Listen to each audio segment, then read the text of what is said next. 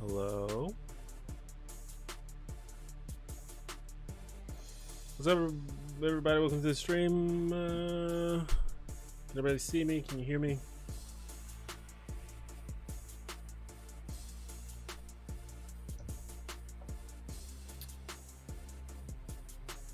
We are going to paint, I think. Sorry, I don't really have a good setup for recording painting.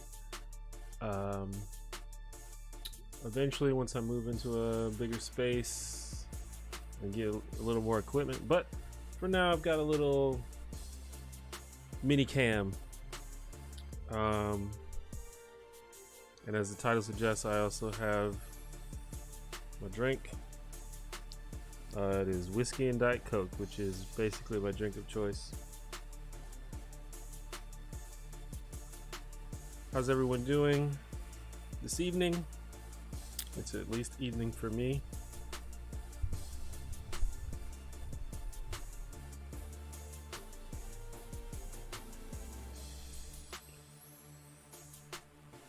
I'm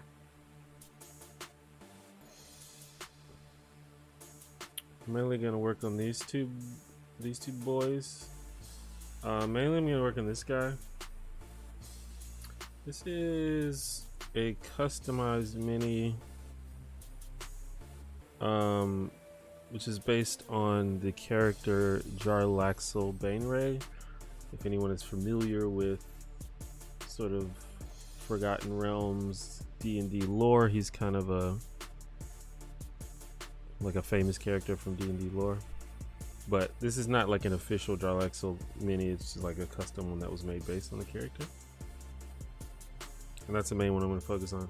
I also have this guy who's kind of like a little rogue assassin type character that I've already like painted a bit, but I'm going to like see if I can like make it look better. I'm not really sure what I'm going to do, but I might work on that as well.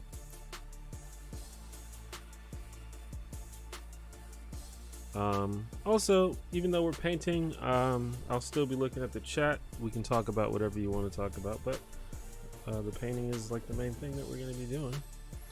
Also, disclaimer, I'm a beginner at painting, but I like to do it. So you know, don't expect some kind of amazing work, but you know, I try my best. And B, if you know how to paint minis, feel free to give me advice, because I could probably use it. I recently discovered sort of the miniature community on YouTube, which is really great. There's a lot of really cool people on there with some good videos.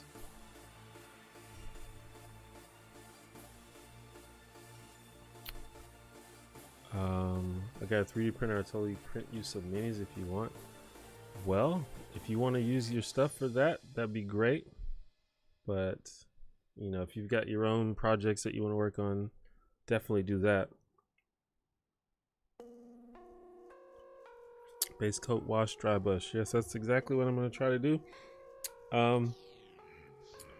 And I don't know. I don't need to give too many disclaimers. It just is what it is.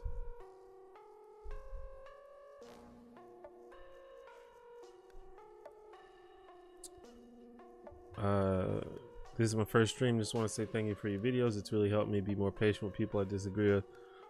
That's awesome. That's great to hear. Thank you for the kind words.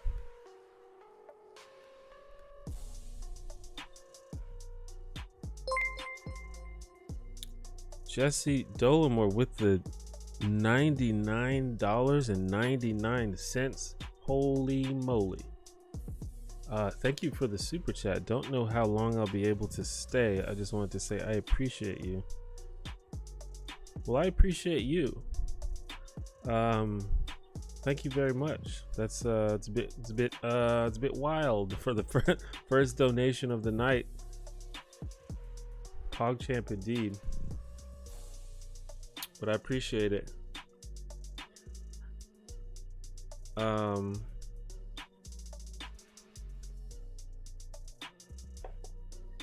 Yeah, thanks.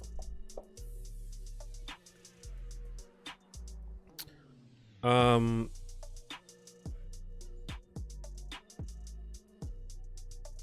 I'll get you. There are more expenses to ship than to print, but your channel's been awesome. Thank you so much.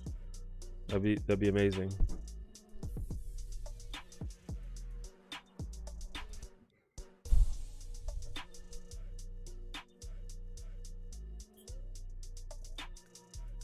Oh, I've never checked out your channel, Jesse. I don't think.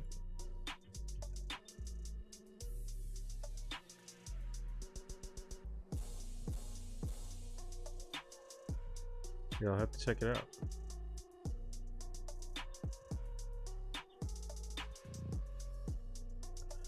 Awesome. Yeah, that kind of threw me off guard. I wasn't prepared for that. Like the stream just started, but always appreciative. Always appreciate it. Before being a content creator on YouTube, were you a creative in another medium? Well, I mean, not professionally, but I've always been into creative stuff. I always like to draw.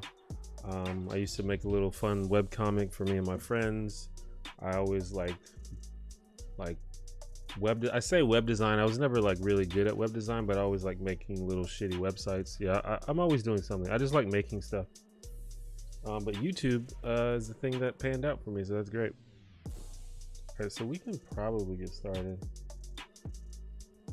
I'm still kind of seeing, honestly, the hardest part for me is like figuring out what colors to use. But I think the base paint, like the first layer, you don't need to think about it too much. Just like roughly do it in, you can fix it later.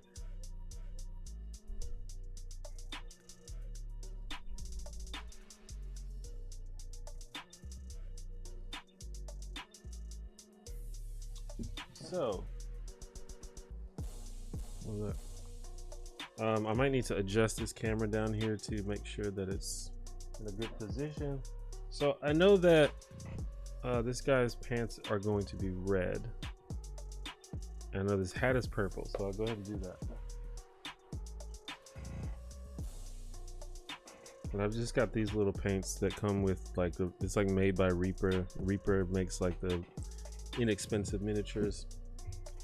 I always looked at when I look at like all these like professional mini painters and like the YouTubers that do mini paints, I'm always like, their stuff looks so good. Like I will never be able to do it that well. And it's true that they're just experienced and they know what they're doing. But what I also realized is they use like really good minis too. They use like really high detail minis, and that also makes it look good. And I'm not at a point where I can like spend like $50 on a miniature and stuff like that. So that's another thing that I realized. And yeah, by the way, the reason that I paint minis, the reason I have minis is for D&D. I play D&D, and that's what this is for. And that's another reason why I'm not too worried about trying to make them super perfect, because they're used for they're gonna be used for play. They're not used for like display. We're like actually gonna be playing with them, so they don't need to be perfect.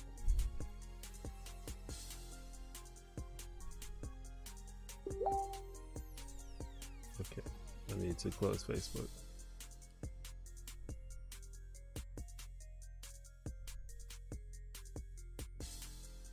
All right.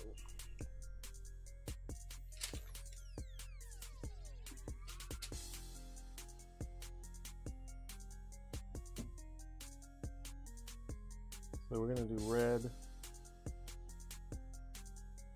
If this thing will work, I need to put this thing. It's got clogged.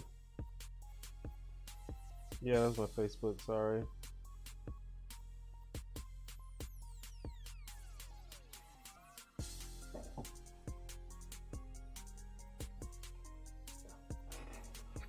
All right. So might need to like pull this over a little bit, if possible. Might need to zoom it in.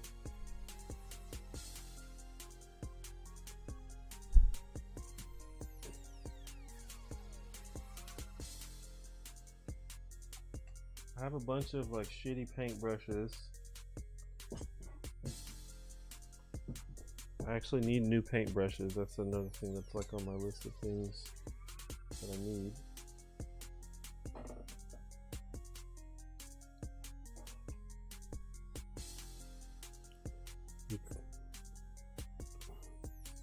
Am I gonna be running Waterdeep Dragon Heist?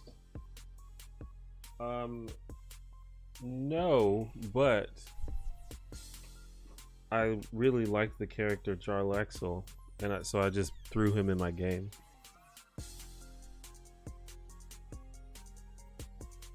Even though I believe that is the adventure that he is kind of a part of. Yeah, I did see that. I did see that Donald Trump got COVID.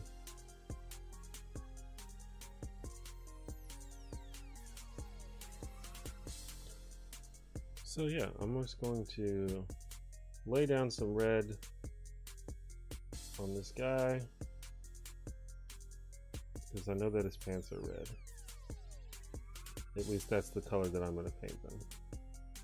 There's like different depictions. Alright, I have too much water on my paint. There's like different depictions, but I'm going to paint him red.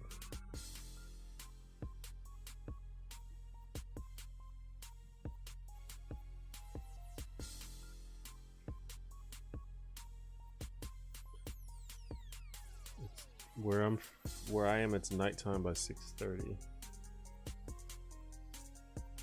It is currently almost 9:30 where I'm at. And this miniature is supposedly pre-primed, so I didn't prime it.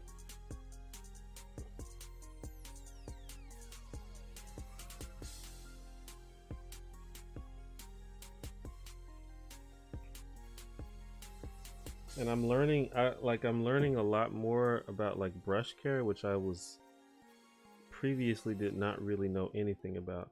Actually, his boots are not the same color as his pants, so I actually shouldn't be painting his boots red, but that's the beauty of painting, is you can just go over stuff.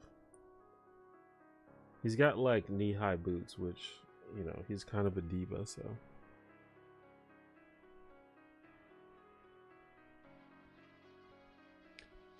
I don't think that it's virtuous to hope for other people to die. Like that makes me uncomfortable, so I'm not, that's not my jam. But I'd be lying if I said that there wasn't a bit of schadenfreude.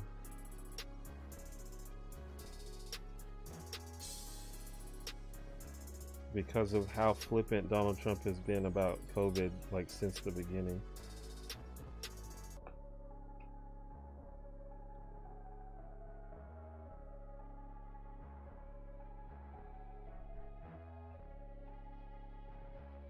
See, what would make the most sense is if there was a camera right here looking at it, but unfortunately I don't have a way to do that at the moment.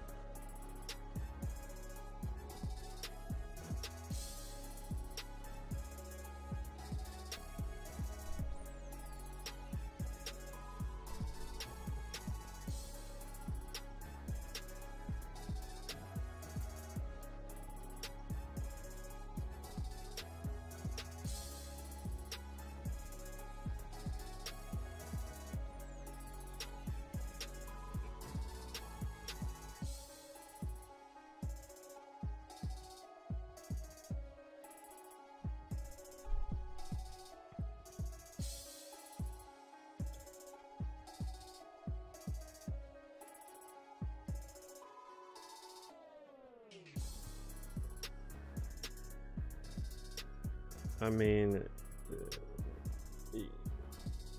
you can take the utilitarian worldview, but you know that has obvious problems. Like, maybe more people would benefit if he died, but also some people would suffer regardless of you know, of the fact that he's, you know, a shitty person. Some people would be devastated, and also people just have the right to live. That's just kind of a thing I believe.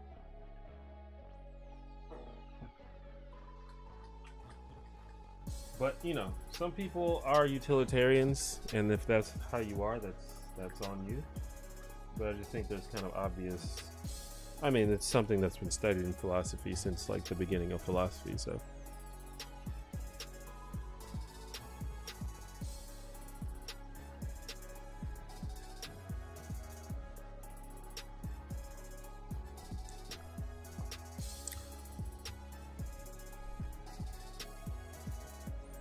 I just hope he uses the downtime to do some serious things. I somewhat doubt that, but you never know. Electrolomain, thank you for the 444. Sup T1J, do you have a favorite dessert? Favorite dessert? I don't know, you know, I don't actually eat that much dessert. But off the top of my head, I really like cookies and cream ice cream. I really like cheesecake.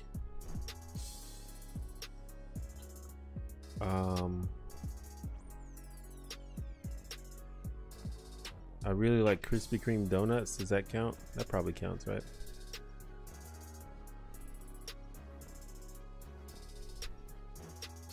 But yeah, that's what comes to the top of my head. But I don't eat dessert that much. I strongly prefer savory stuff. All right. I don't know what color his shirt is gonna be. Like, it could be white. I think it's gonna be white with like designs on it.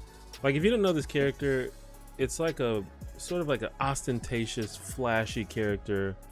He wears knee-high boots. He has like this big hat with a feather in it. He wears a colorful cape. So I'm trying to capture that. You can already see, like, it's like messy. But it's fine. We'll clean it up, or we'll do the best we can as we go forward. I'm just gonna go ahead and do the hat because I know it's gonna be purple. I just ordered like this big box of like 100 paints. It hasn't arrived yet though.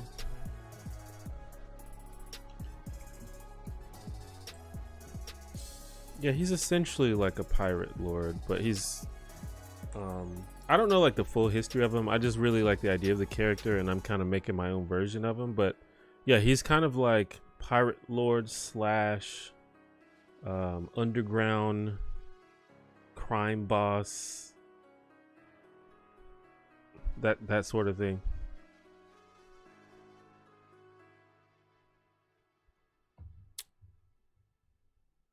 Yeah, I think I ordered, yeah, was it Reaper? No, I think I ordered the set that is actually like, that has the D&D brand on it.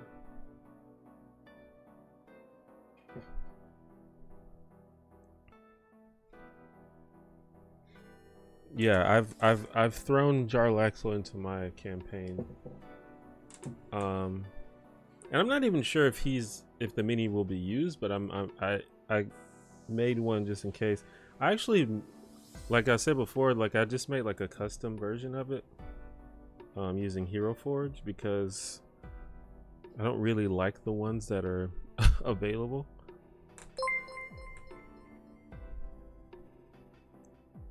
Are you going to vote in person or by mail? Any local Alabama things on the ballot that are interesting or that you haven't decided on? Thank you for the 444. I'm gonna vote in person. And voting in Alabama is very easy if you're a progressive person. Basically, you just vote no on everything, and you vote for all the Democrats. That's basically how you vote in Alabama, if you're a progressive. There's nothing like too interesting on the ballot. A lot of it is just like changing the wording of the Constitution, or changing the wording of certain laws to make them more clear, or to make them more easily abusable, or like there's one that's like super semantic. It's something like the law says that I can't, hold on, how does it go? It says like something every US citizen can vote in Alabama. That's like what the current law says. But technically that doesn't say that non-US citizens can't vote. And so they want to change it so that it says no one but US citizens can vote in Alabama. Like that's one of the things that's on the Alabama ballot. Which is like, I don't care, man. But I'm gonna vote no because it's just Republicans being shifty. And that's kind of what it all is. So I always say it's easy to vote in Alabama. Just vote no on everything. There's some other stuff, but it's nothing too interesting.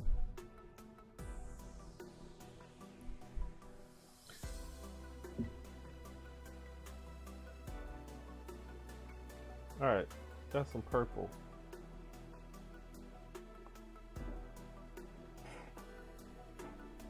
I gotta find my good brushes.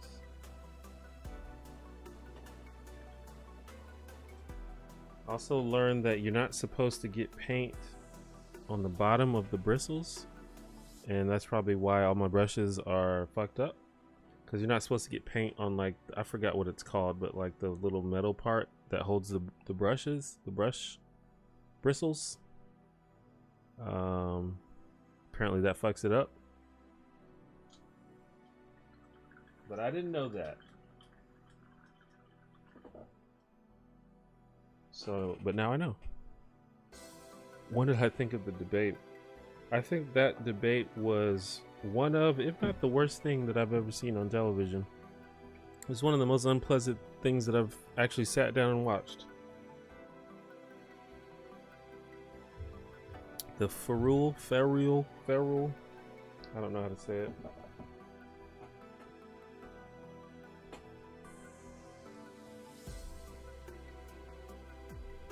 Alright.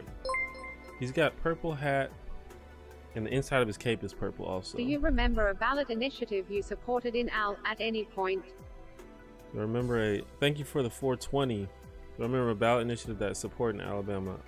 No, I don't think so.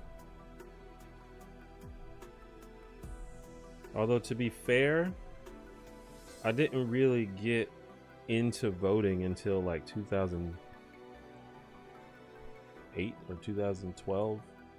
So I've only like voted in Alabama like 3 times or something, 4 times. But of those times, I think I voted no on everything. It is usually boring stuff that is just kind of like semantic changes, like what I said.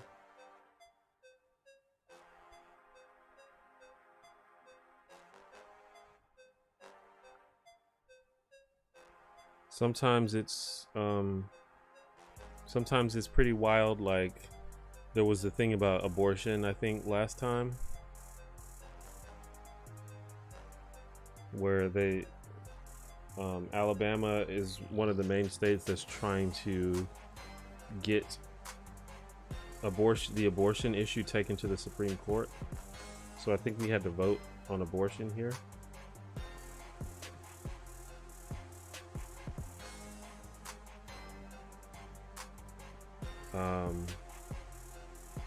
But I'm not exactly sure how. I can't remember the exact wording of it. Fair rule.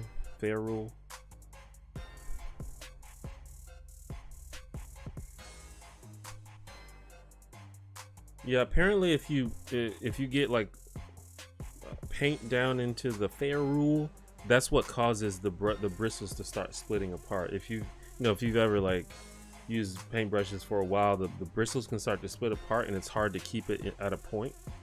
Like none of my brushes really stay at a point right now. And I think that's why, or at least that's one of the reasons why that happens. I might go ahead and paint the outside of his cape purple as well, just to get a base coat down. But the outside of his cape is going to be multicolored because he's a fancy boy.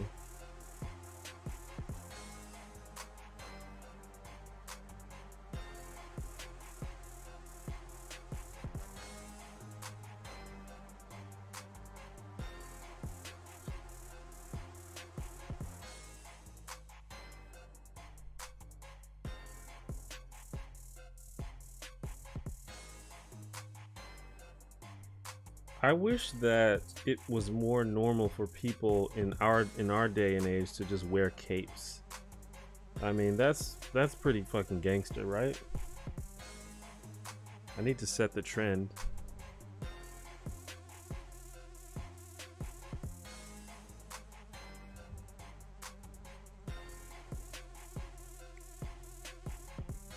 Do I think Alabama will ever go blue? No.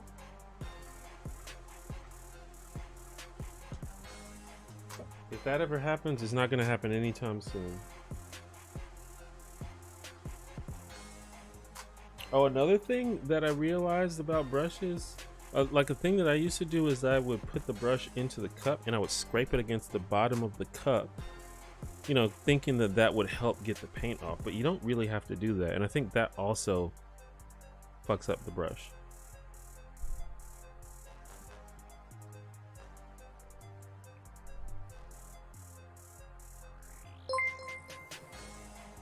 Sean Webster, thank you for the 5. Hey T1J, just curious, do you prefer beer or mixed drinks? And if so, what's your favorite brand cocktail? I prefer mixed drinks for sure. I mean, I think they each have their use.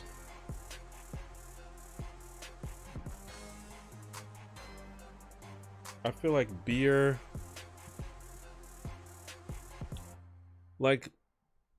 I feel like I drink beer if I want to like keep a little buzz while also not like getting wasted.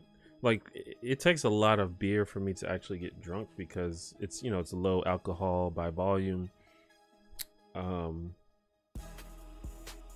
I mean, I guess I have somewhat of a high tolerance because I have many years of practice. But liquor, if you're not careful, that shit will fuck you up like very quickly.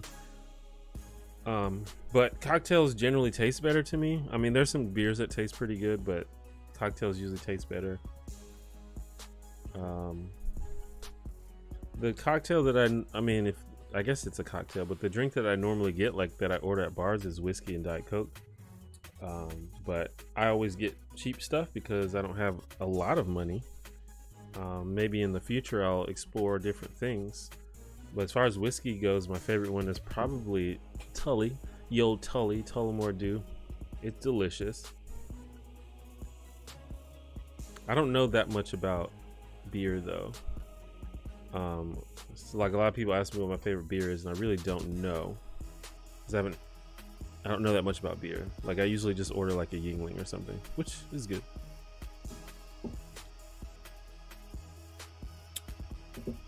I will sip whiskey if it's good, but normally I mix it with something, and normally the thing that I mix it with is Diet Coke. But I also like whiskey and ginger. Whiskey's kind of good with anything that's sweet, I think.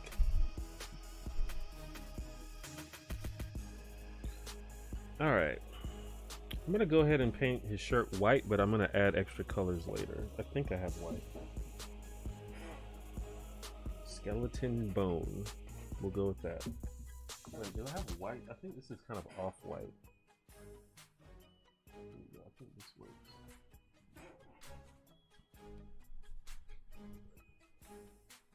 Where did I get my views from? You mean like my world views, my political views? It's just like a combination of everything. I don't know. Combination of the friends that I grew up with, combination of the upbringing of my parents, combination of things I learned, like philosophy classes I took, and then just me sitting down and thinking about things. And my views are related to my like moral values, which are related to my experiences. Like, I think I wouldn't have the values that I have if it weren't for the experiences that I had. Like, those who know anything about me know that you know, kindness and compassion are like really big for me, and the only reason that's the case is because of experiences that I've had.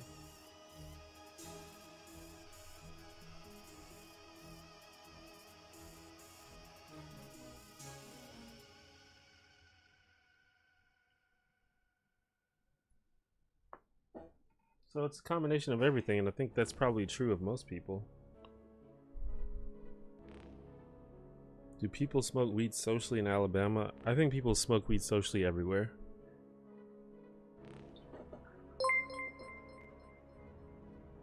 Electric Lomain, thanks for the 444. I'm out T1J. You are the real MVP. HAKO in the house gangster style.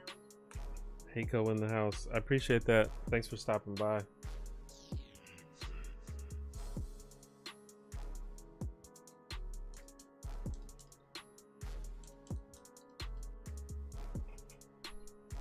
Yeah, whiskey sour is really good too. But I just love Diet Coke. Even when there isn't whiskey in it, Diet Coke is one of my favorite drinks. I don't know how that happened, but it just happened.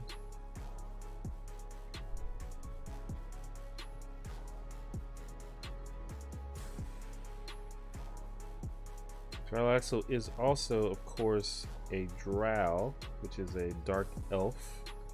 You don't know what that is, which means he has kind of like a black, like grayish, dark grayish skin. So I have to keep that in mind as well. Interestingly, the mini is already primed with gray, so that'll help achieve the color that I want.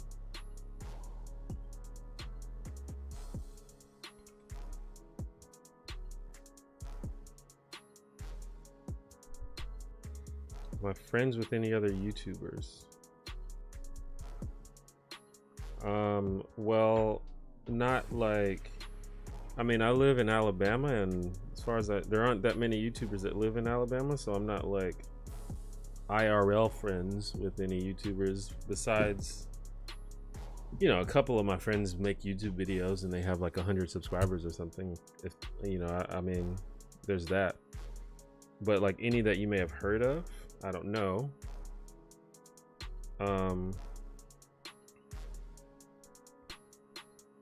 I've met some YouTubers. I'm friendly with many YouTubers. But I don't know about like people that are like, you know, talk to on a regular basis. Not really. But I'm friendly with a lot of YouTubers.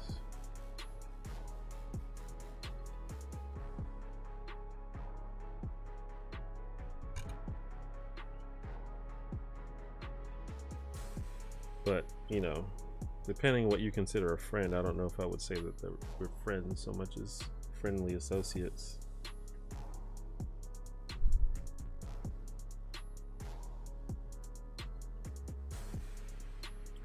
Do I play D&D? I do indeed play D&D. That is what these miniatures are for.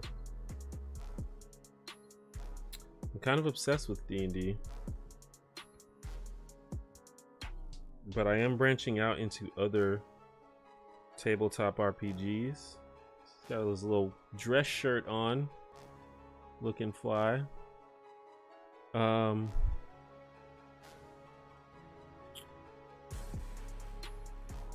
was I saying? I'm branching out. I'm going to be playing in a Vampire the Masquerade game, and it actually is going to be streamed. A good friend of mine is running it. So I'm gonna let y'all know when that happens, because I want y'all to come watch and support it if you'd like to. If you don't know about Vampire the Masquerade, it's just another a tabletop role-playing game, except everybody gets to be vampires, which is really cool. It's more horror themed, it's more dark, and also it takes place in our world, so it's like a modern day RPG.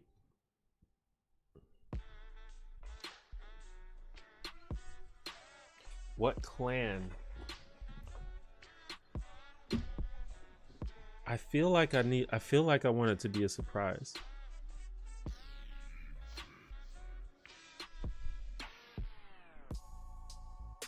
So you'll just have to watch and see.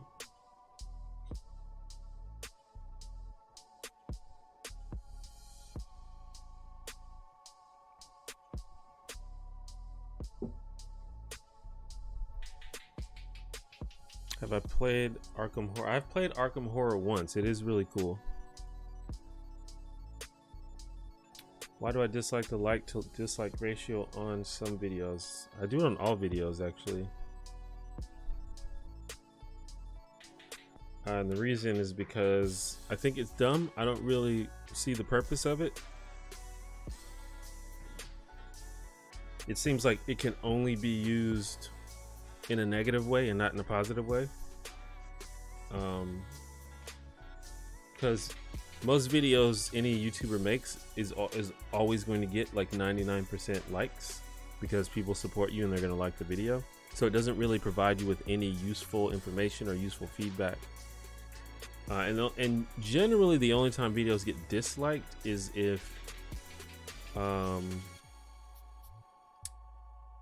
basically people use it as a I disagree button, which I don't really like that. This seems weird to me. Or someone else did a response to that video and then all of their fans come over and dislike bomb it, and that's annoying too. So I don't really see any purpose of the like dislike bar, so I hit it. But it's not actually disabled, it's just hidden. You can still like and dislike the video, it just doesn't show it. Okay. So his boots are actually black, and I think this red is dry now, so I can paint over it.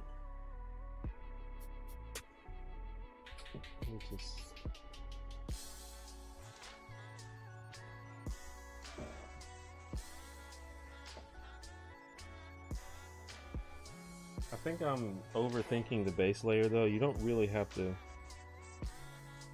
get too in depth on that at this point, you know.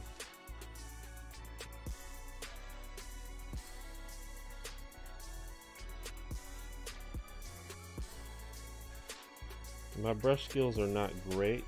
He also has a feather. What color is the feather? Maybe green? Yeah, probably green, right? I think I'm gonna put green in his shirt. But like, you know, I don't, he's flashy, but I don't want him to look tacky. Like, I think he's a person that knows a little bit about fashion.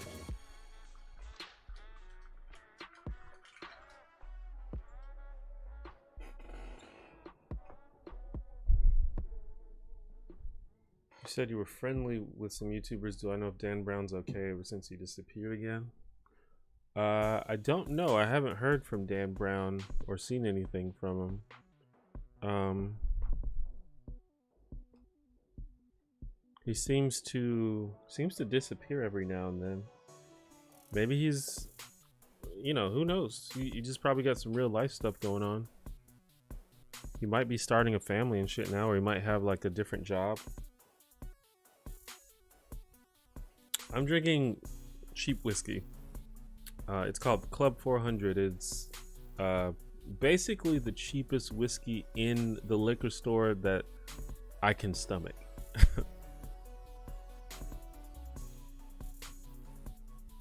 Okay, so I don't want to paint directly black, so I want like kind of a gray, and then I'm gonna add like shadows on it to make it darker.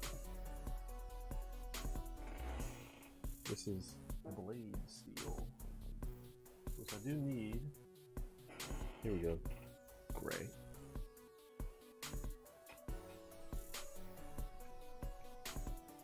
I'm also I'm experimenting with like a DIY wet palette.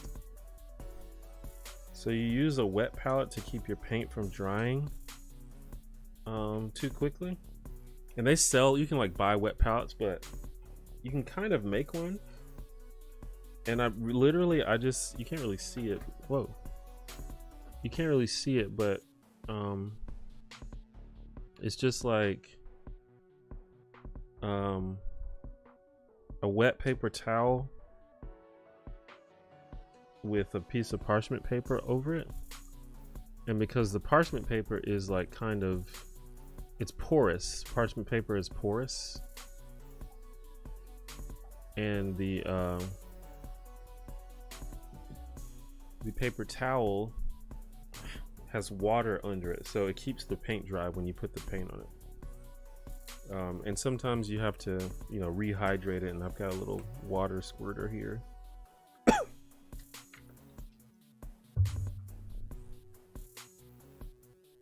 So I'm just trying this out, see if it works. It seems to be working pretty well though. I think I just like swallowed my own saliva for a second there. All right, Jesse, thanks for stopping by the stream. I appreciate it.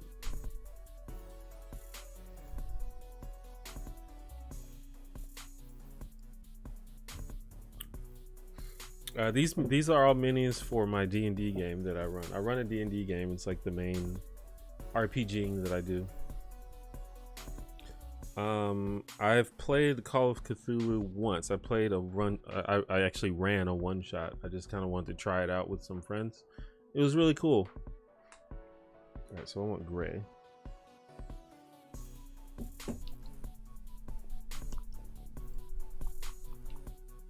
Just realized that looks a little bit weird with my hands not on camera. I'm shaking the paint.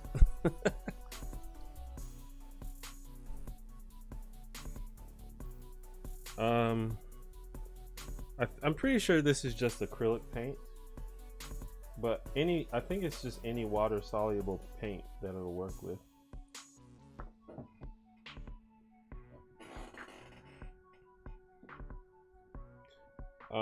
I don't, when it comes to painting miniatures, it seems like the paint that is made specifically for painting miniatures always works the best. I don't know what they do differently than other paints, than other just basic craft paints.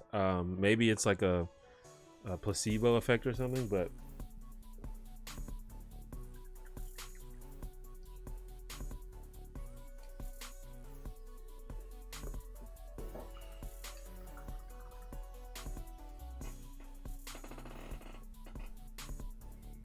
any good moment from a game to share? I have not played Pathfinder.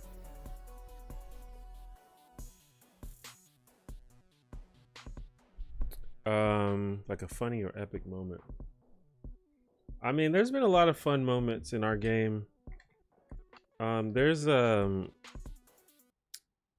gave the players, well, I didn't give it to them, but they acquired this item called an immovable rod, which I just thought it would be a fun item that they could use, but it's been a source of so much like wild stuff in the game.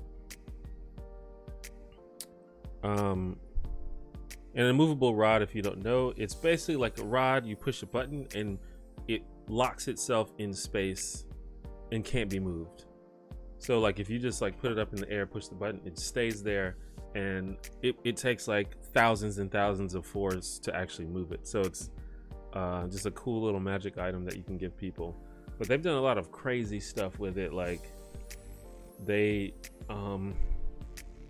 like for example, they put it in front of a ship and it just ended up ripping the ship in half, basically, because the ship was moving forward and the captain of the ship didn't see it. So it just kind of like rended the ship in half, which is pretty wild. There was this moment where they were just like a giant boulder was chasing them, like Indiana Jones style, and they used the immovable rod to stop it, which was pretty cool.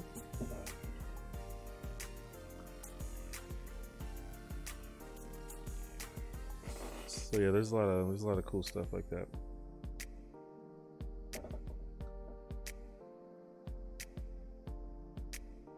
Okay, gray.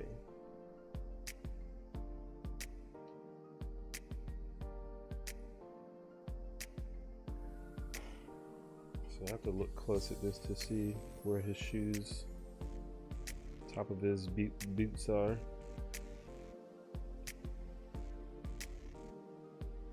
All right, now it's not on camera. I moved it.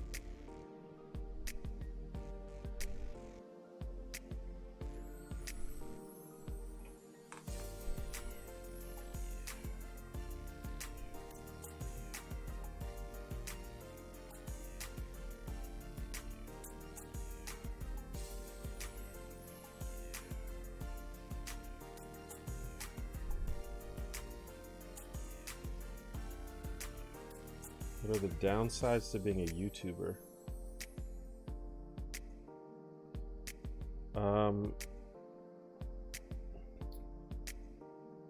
Well, I don't know. It's different for each person. I think that it's not as bad for me. One of the main downsides of being a YouTuber or any kind of public figure is you can get negative attention from people. People talk shit about you. People kind of think they can talk to you any kind of way.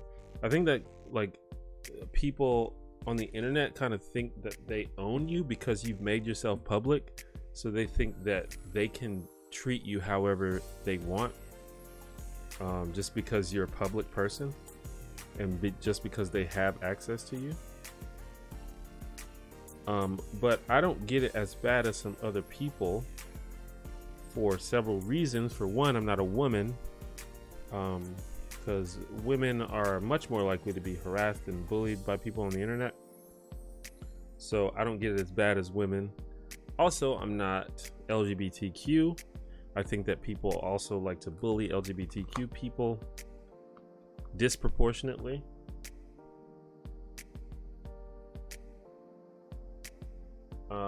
So that's one issue, but I don't think I get it as bad as some other people.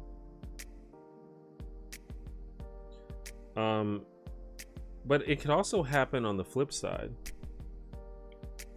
It could be not that people are treating you poorly, it's that people are treating you as if you are like more than what you are, idolizing you, that the whole parasocial relationship thing. And that can be a problem too, because for various reasons, sometimes it gets borderline stalkerish, where people won't leave you alone, won't stop messaging you. There's even been situations where particularly disturbed people can do some particularly disturbing things, which you can use your imagination for stuff like that, but you know, it happens. Again, that happens more often to women, I think, but you know. Also, there's just this, it's just like an impossible standard to live up to. When people treat you like you're some kind of infallible god, it's impossible to live up to that standard. And if you do something that doesn't fit their idea of you, that can like break people's hearts literally and cause people to react in a overly dramatic way. And I'm sure you've probably seen that happen before with other people.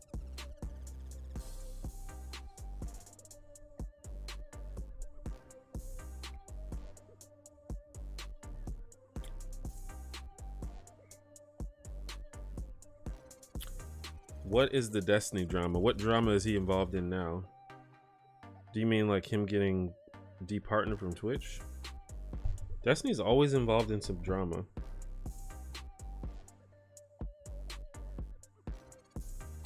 All right, so I've laid down some little gray boots.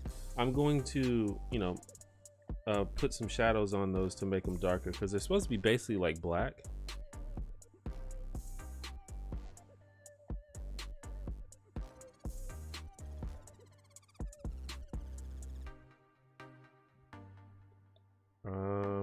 Let's see, what are we gonna do now?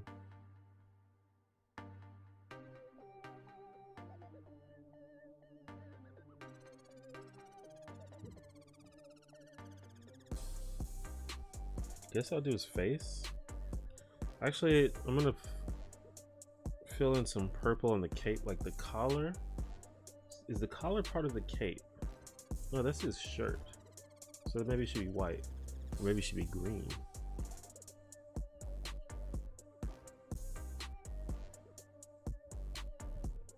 Alright. I'm gonna just paint the sword. The easiest thing to do is just to do the parts that you are sure of, so you don't spend all day thinking about the parts you're not sure of. And I do have a metallic paint for like blades and things of that nature.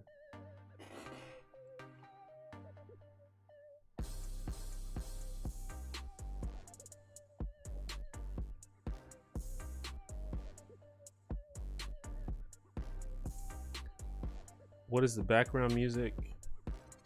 This is a playlist of beats made by my brother John Ivory. You can check out his SoundCloud. There should be a link to it in the description below.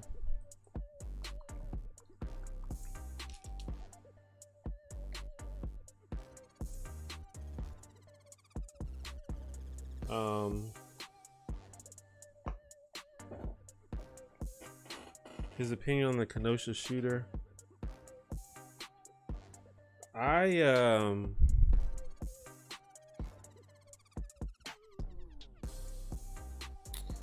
I think the thing with that, I mean, I kind of half agree and half disagree.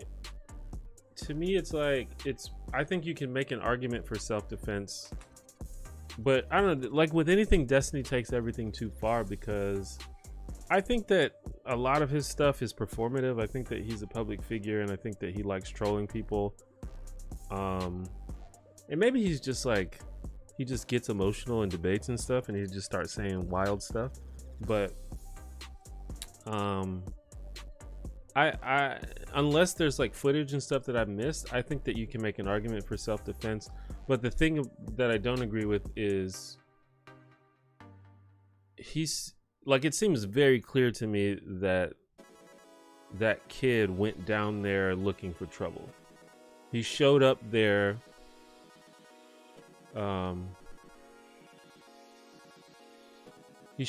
looking like, the idea that he went down there to protect businesses, I feel like is comical to me.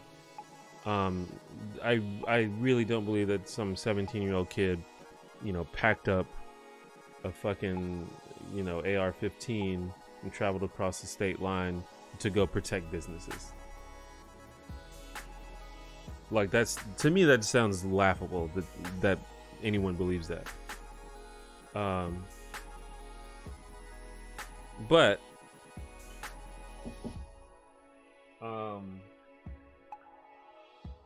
that's kind of the thing with these debates and stuff. And I don't know, I'm like tiptoeing over my words because I'm not really intending to be controversial right now. I don't really want to go down that road, but when you're in these protests and stuff, there's a lot of split-second decisions that people are making, and you never know in the moment whether you're making the right decision. So like, for example, if you're over here, you didn't see what happened, and someone runs up to you and says, yo, that guy's over there shooting people, you have to make a split-second decision. You have to be like, okay, who's shooting people? Why are they shooting people? Where are they? Should I try to stop them? Is it worth risking my life? You have to make so many decisions in such a split second, and it's like almost impossible to make 100% good judgment on such a decision. Likewise, if you're a person that has a gun, first of all, you shouldn't be out there. Like, I fully agree with that. And that's the part where I don't know what Destiny's talking about. Like, the kid shouldn't have been there, and the fact that he brought himself to that situation is 100% his fault, and he has culpability for that. However, if you show up appearing to be an agitator and people start coming up to you and like throwing stuff at you and being like, what are you doing here? Why you got a gun? etc. Now you have to make a split-second decision. You have to be like, is my life in danger? What do these people want? If I don't defend myself, are they going to kill me? Those are the things you have to say. And again, maybe there's some footage that I'm missing, but that seems to be the situation that Kyle Rittenhouse was in. So I think you can make an argument for self-defense. Obviously, the kid shouldn't have been there in the first place. But you know, it's just like a split-second judgment that you have to make that I don't know if anybody can make that.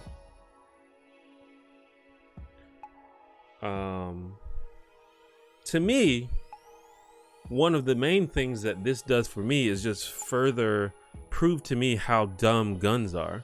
I think guns are ridiculous because when you're in those split-second situations that I believe are like impossible to make good judgment calls in, when there's a gun involved, that almost always mean that someone is going to die that didn't need to die. And to me, that's kind of one of the main things that I got of the whole situation is like, yep, guns are still dumb. If the kid would have showed up, you know, without a gun, maybe there would have been a brawl, or maybe he would have been the one that got shot. Or maybe there just would have been a brawl, people would have got hurt, no one would have died though. So, I don't know.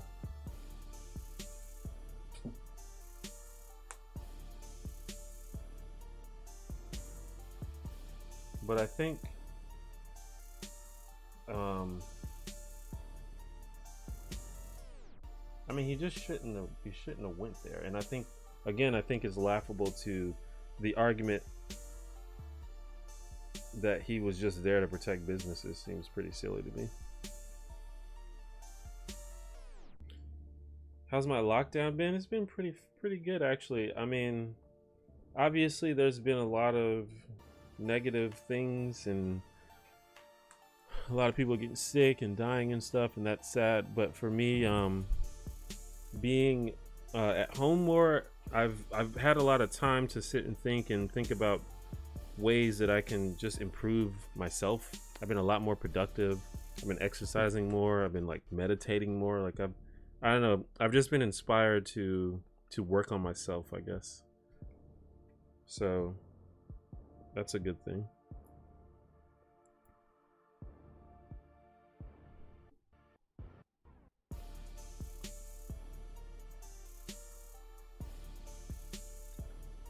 Do you have an exact moment where you blew up, or was it slow over time?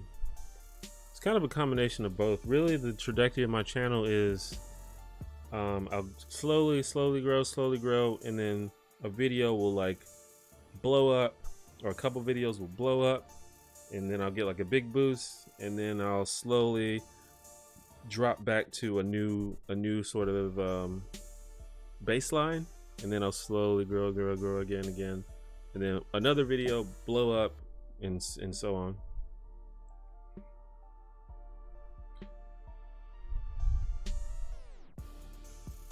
All right, Shaloa, thanks for dropping by.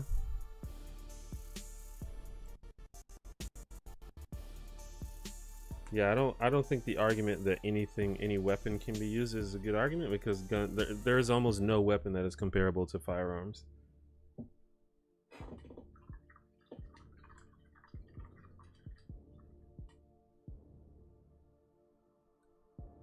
But I made a whole video about why guns are dumb. If anyone wants to know my thoughts on that, I really think the only argument in favor of guns is, hey, I have the right, which is, you know, whatever, or hey, I like guns, so, you know, whatever.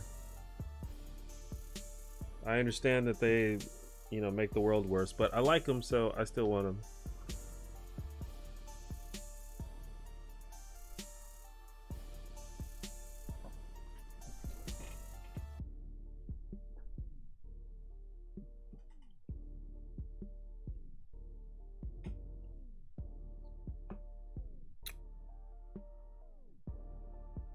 So I guess I'll just throw down the skin. There's only like,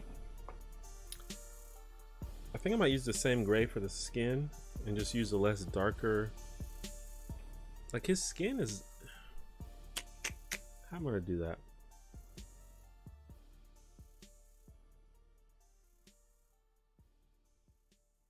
Like I don't want his skin to be the same color as his boots. So maybe I'll just use a less darker shadow on it. I'm gonna go, even though like it's already gray, I'm gonna go ahead and paint gray over it because I think that's gonna make it easier to shade. I'm not really sure, but that's what I'm gonna go with.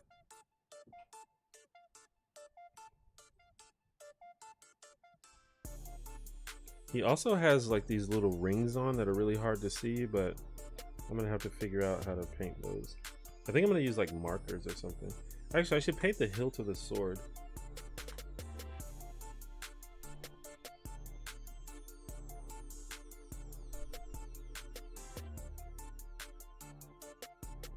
Maybe I'll just make it gold. He looks like he would have a gold sword, doesn't he? This is the type of guy that would have a gold sword.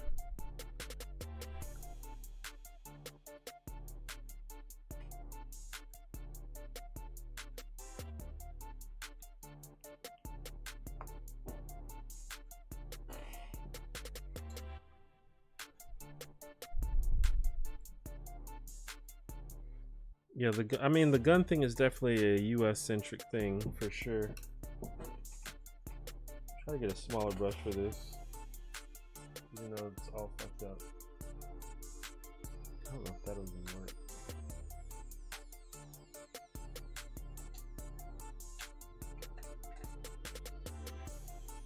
All my brushes suck, dude. Shit. Sneezing.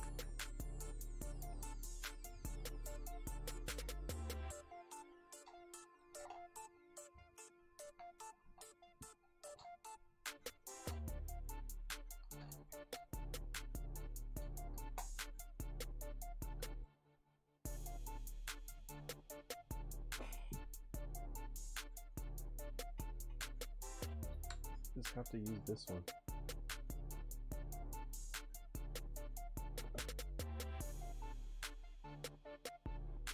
This is too much water. That's another thing that I'm learning is the right, like you're supposed to thin the paint, but you also don't want to over thin it.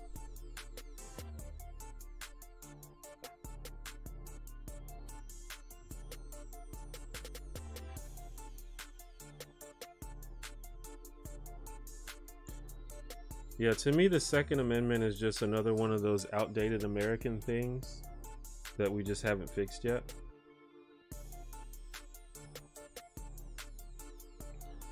Like, for example, I live in Alabama. Did you know that it was illegal? It was technically illegal. Like interracial marriage was technically illegal in Alabama until the year 2000. I don't know if it was enforced like that. I'm not sure. I wouldn't be surprised in certain counties. But it was on the books.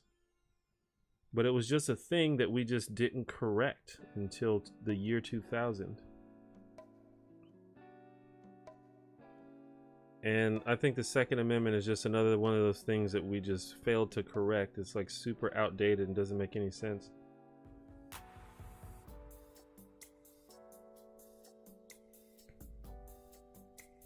But the problem is it's being used because there's other outdated things like, I don't know, like the one about the army like living in your house or something. Like that doesn't really come into play that often, does it?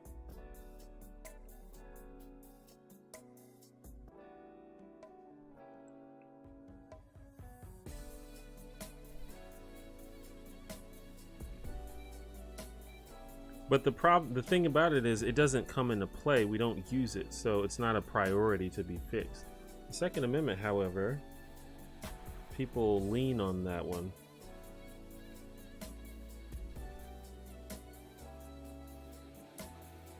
All right, so we've got like a gold sword. I like it. The golden hilt there.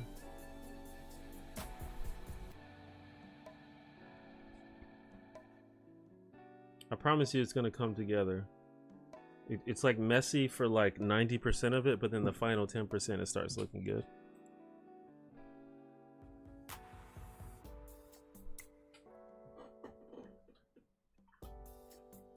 Well, yeah, a lot of it is based on how the Supreme Court has interpreted the law, which is a lot of that is based on the NRA, which the NRA is a super gangster organization. I'm almost like, it's almost impressive how effective the NRA has been at lobbying for this like obviously harmful product and literally like literally stalling progress, even though it's like demonstrably making the world worse.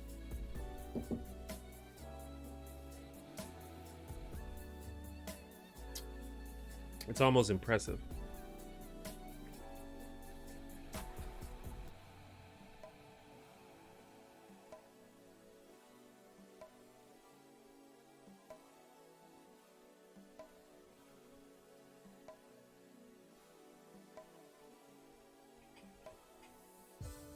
But you know, I have a pretty most of my positions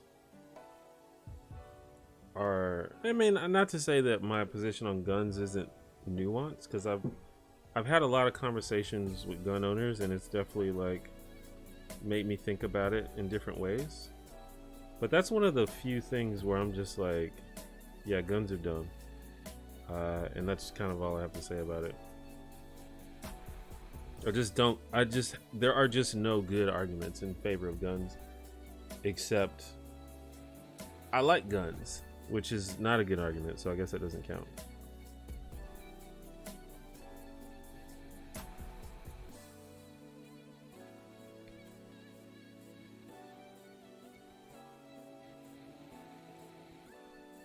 Didn't the NRA lose its charity status earlier? Did that happen? I know that I think the Attorney General of New York or whatever like threatened it, but I don't know if it actually happened.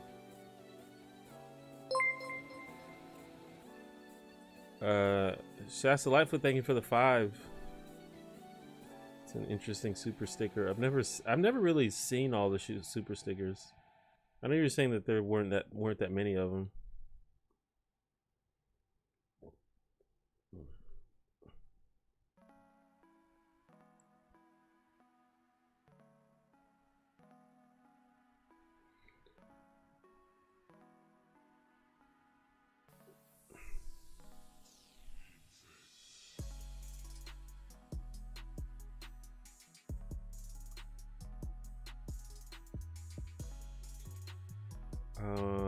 Will I vote for Biden? It kind of doesn't matter because I live in Alabama. Might just vote for Howie Hawkins just to honestly, I don't even know if he'll be on the ballot, but I'll probably end up voting for Biden, but it doesn't matter because I live in Alabama. The NRA has a huge advantage at lobbying and how singular the mission is. Yeah, I understand that for sure.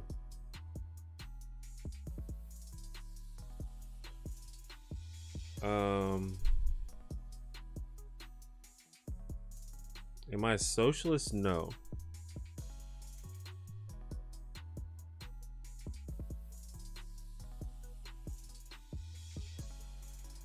I would challenge you to make just about anything into a weapon as easily harmful and as powerful as a firearm. I think you're being disingenuous if you're claiming that that's a thing.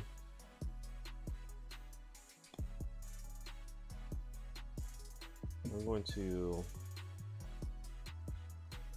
fill in some of these gaps on the boots here. Put another layer.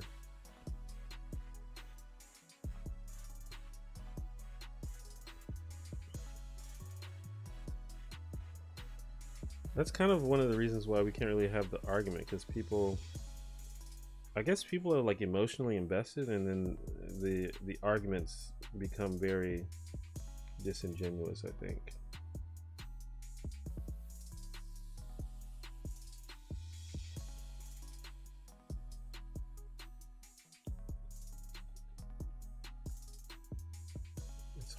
It's hard to see. There's like a part under here that I'm missing because I can't get to it because it's like in between his boots there.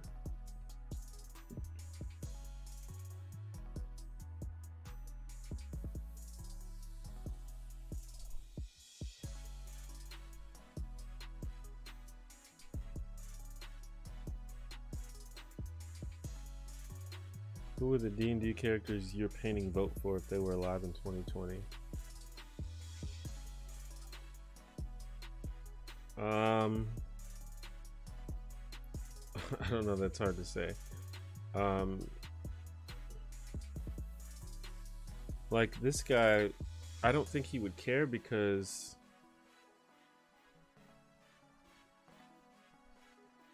well, I don't know.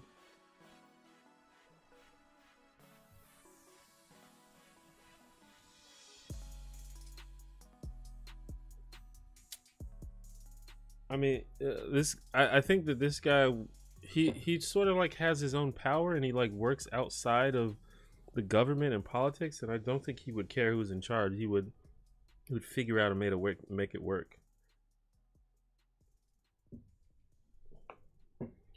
He's sort of like a morally gray character, so I don't think that morals would come into play for him.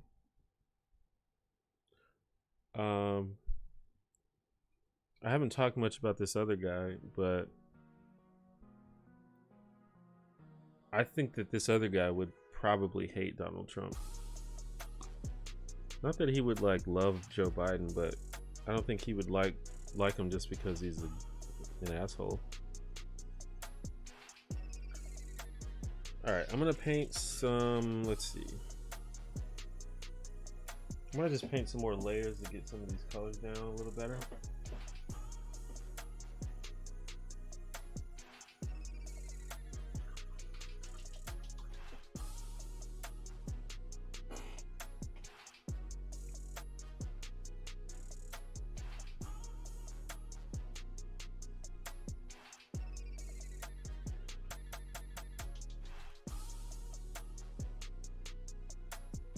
Thanks for the kind words, Cameron.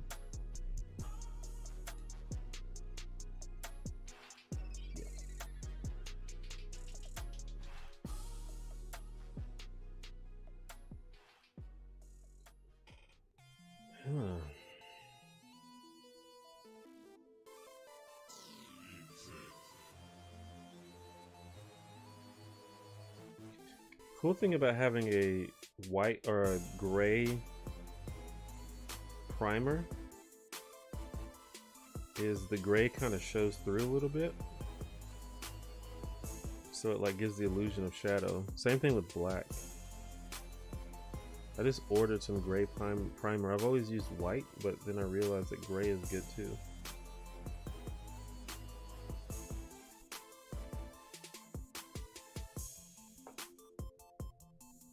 I also have some markers that I use for like details. They're not as high quality as the paint, but I think, you know, they still look good. So I might do that for some of the details on his shirt.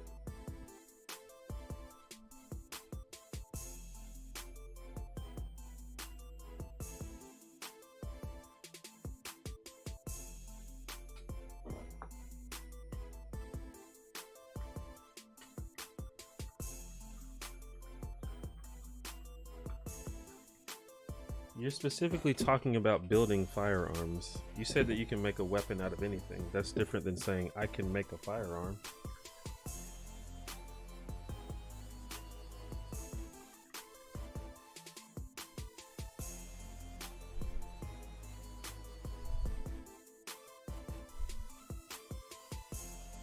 I tried Gundam paint markers. No, but I would love to check them out.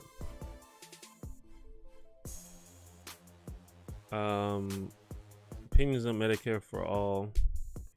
Medicare for All is the first, not the first, but it's the most popular American solution. It's the most popular American single payer healthcare solution. So that's, I feel like practically that's kind of what we should try to move towards, at least as a first step. But I'm really up for kind of basically anything that gets everybody healthcare either free or affordably. I'm down for whatever. There are probably things that are better than Medicare for all, but Medicare for all seems the most likely thing that will happen in America, so I support it.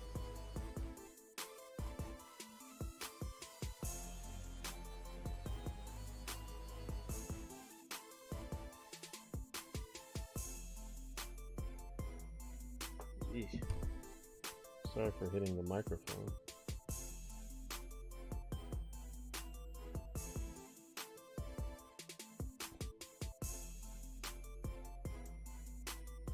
God damn it. I need a better paintbrush.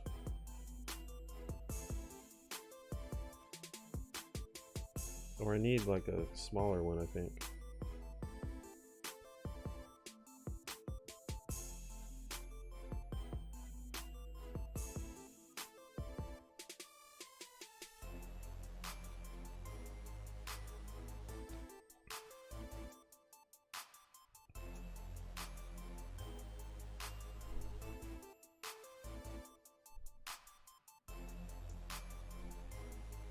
Are there any videos I regret?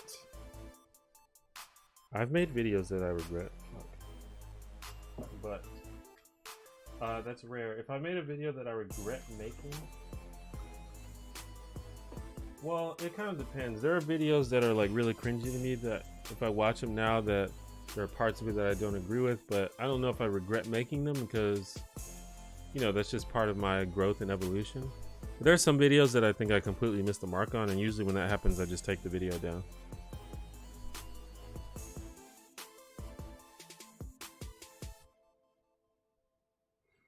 How do I clean my brushes?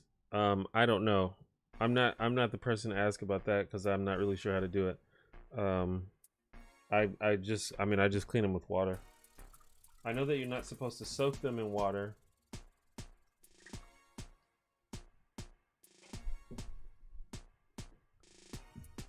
What's my favorite class to play in D&D?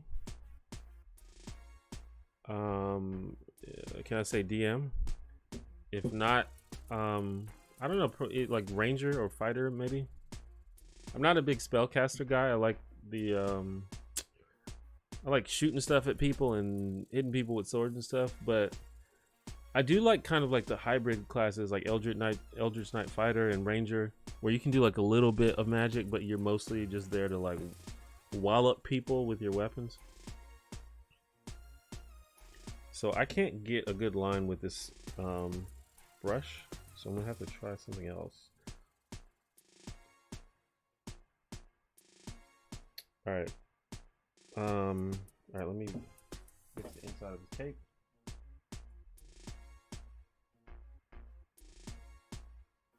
Too much water.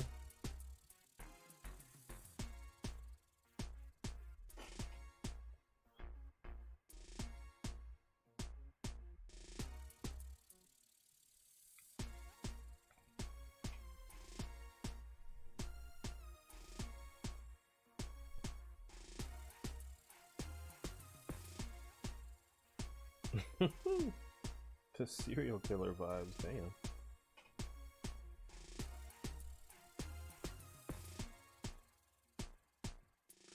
I feel like Rangers are underrated. A lot of people think that Rangers are like bad or something. I don't know, but I like them a lot. And I think like thematically they're like the coolest class in terms of like straight themes. Rangers are dope. As far as spellcasters go, I like clerics, but I'm not a spellcaster type of guy most of the time. But if I join a party that needs a healer, I'll throw up a life cleric.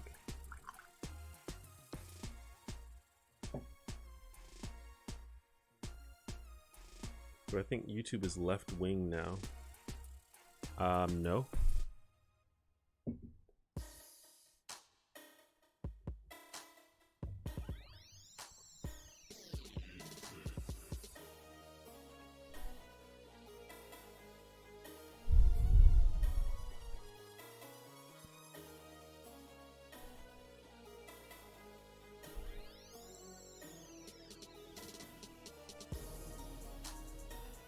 I'm all about warlocks. I've never played a warlock, actually. I'd like to. I definitely spend most of my time being the dungeon master, though.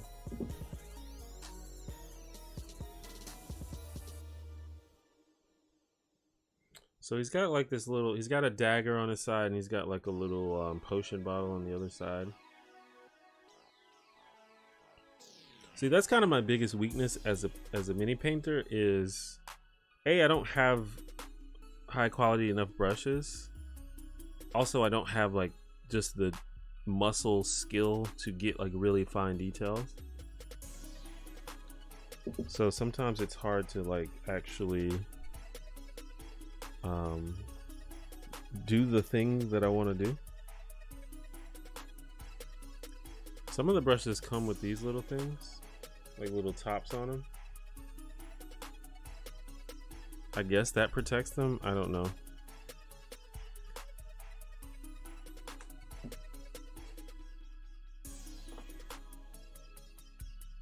All right. He's got a green feather. It is actually a axebeak feather, which axebeak is a creature in D&D. It's kind of like a big bird creature with a beak shaped like an axe, if you can believe it.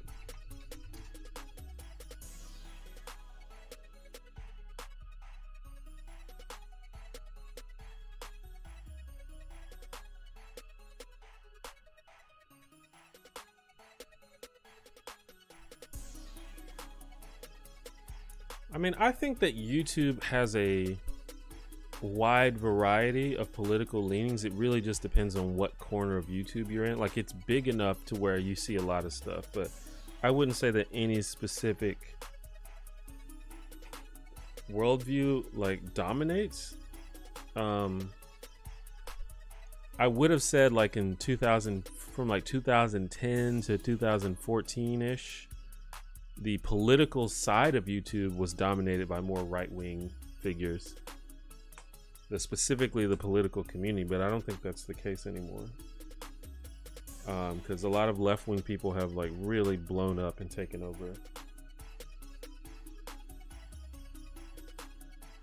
But you still have your Steven Crowders, and you still have like your Jesse Petersons and your Candace Owens, and you still have those people, so they're still there. They haven't gone anywhere.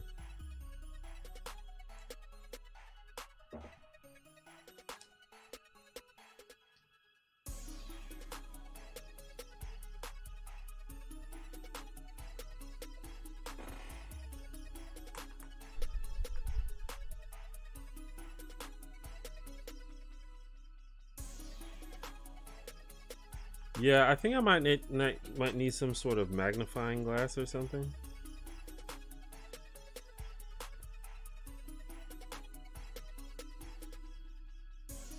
Because even now it's kind of hard to see. But that's also because the lighting is not great. Like, there's a light here, but it's kind of diffused and it's not like as bright as I need it to be. But it's all good.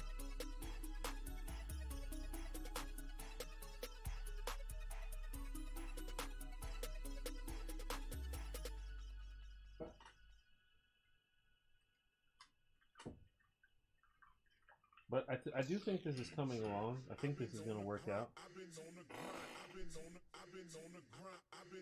I just got to fix like little things.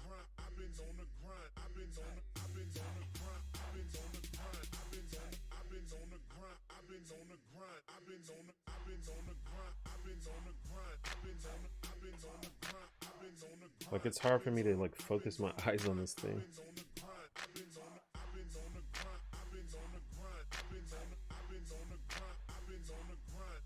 Okay. The worst thing is when you make another mistake trying to fix a prior mistake. That's the worst. That's the worst. Which I do all the time because I am not the most I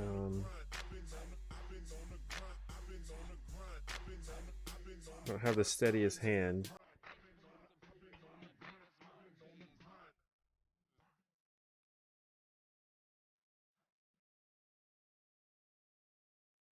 Okay. Coming along. So we're gonna put some details and then we're gonna like add some shadows. It's gonna look really cool. I wish I could.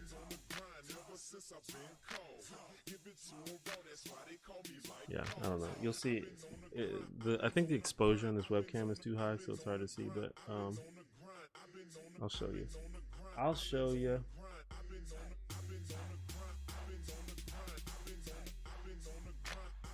So what do I want to do right now? I think I'm gonna try the marker. No, wait. No.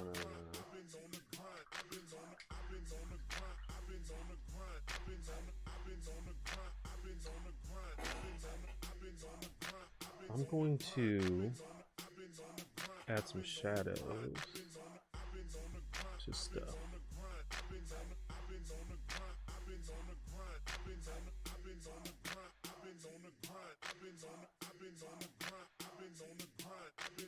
All right, I'm gonna make like a purple wash, like a dark purple wash.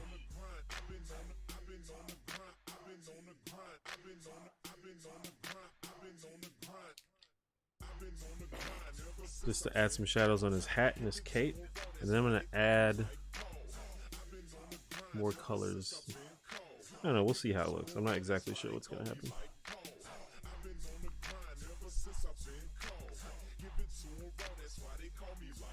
Yeah, sometimes it seems a bit daunting, but I don't know, you just do it and it works out.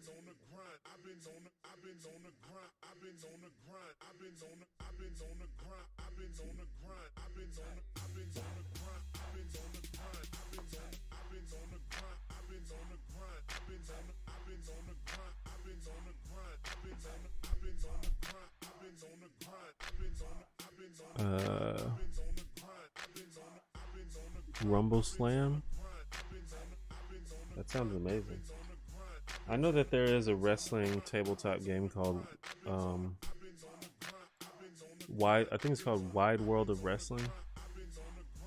I don't think it involves minis though.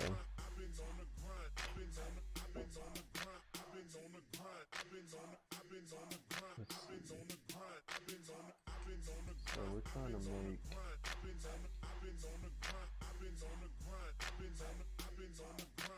you. No, that's not what I want.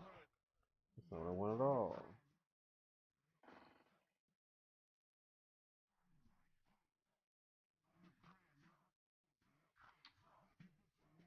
I'm gonna get another paintbrush to actually mix this.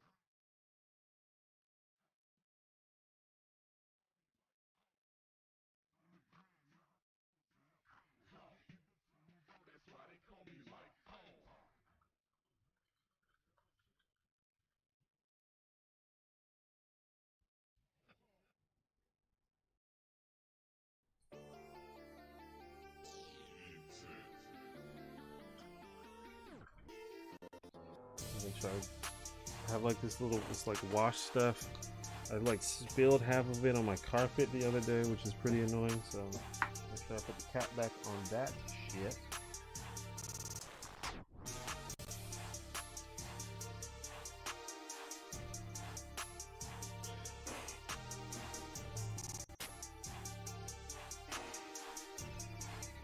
All right.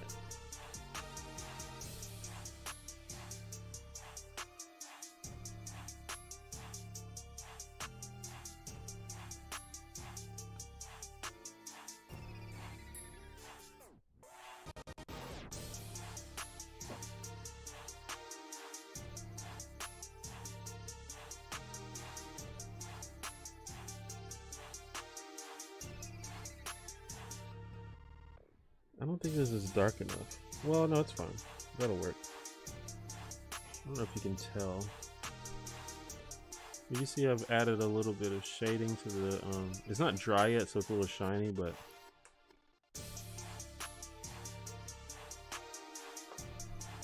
what's up, Lala? Well, there's been plenty of political talk in this session. I talked about whatever the chat wants to talk about.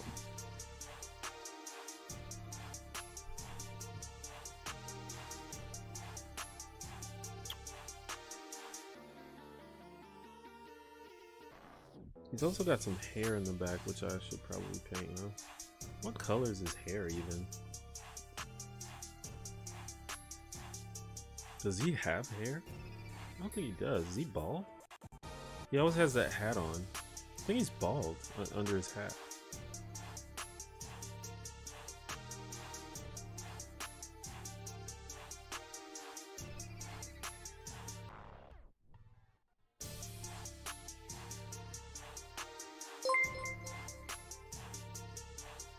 Patrick Tarrant became a homie. Thank you for becoming a homie. Thank you for supporting the channel.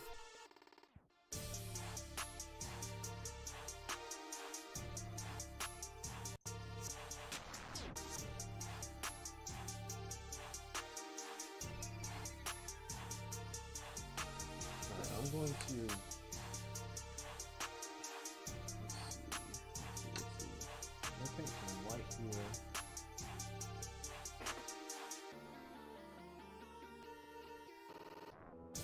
Go ahead and paint his collar. Maybe his collar should be purple. No, I don't think so. I think it's green.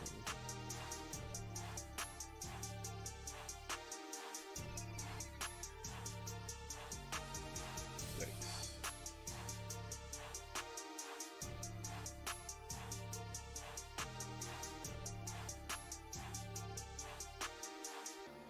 God damn it.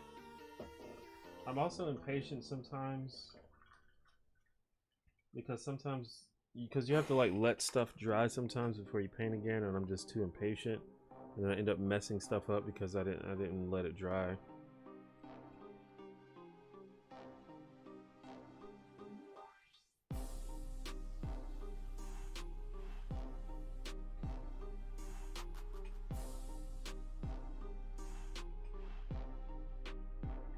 So now we are going to do some. Now we're gonna make his boots actually black. That's what color this is supposed to be, or at least like a dark grayish. I don't. There's like an official Jarlaxle art, I think, in Waterdeep Dragon Heist book, but I don't like it. I'm not really going with that color scheme.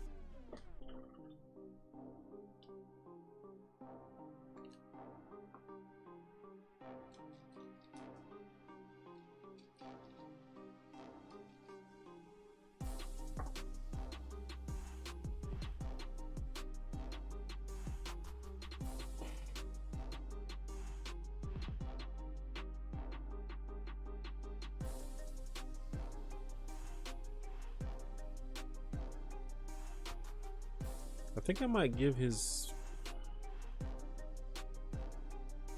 face. Well, I was thinking about giving his skin like a bluish tint, but that's not really how Drow look. It's like straight gray.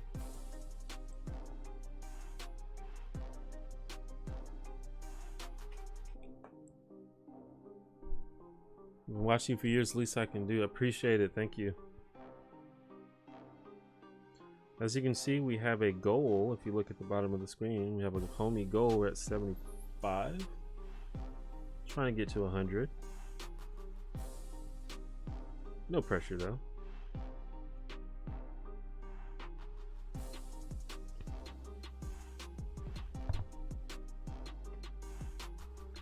So now his boots are a little darker. I might make them even darker than that. Although that kind of looks cool to me.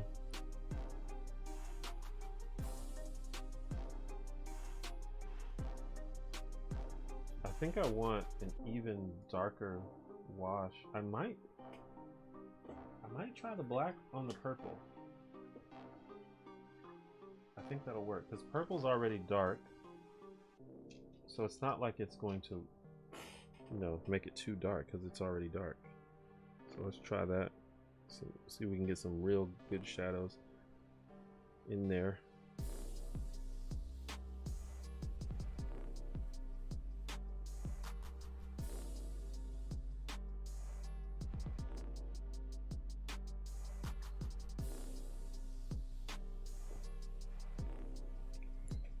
And then also, don't forget to do it on the inside of the cape.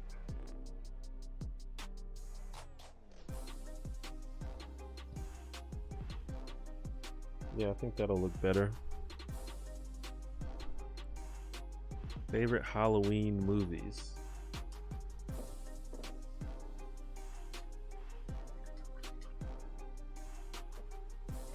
I don't know. Does that include like every horror movie? Or like a movie that's specifically about Halloween? What do you mean specifically the Halloween franchise?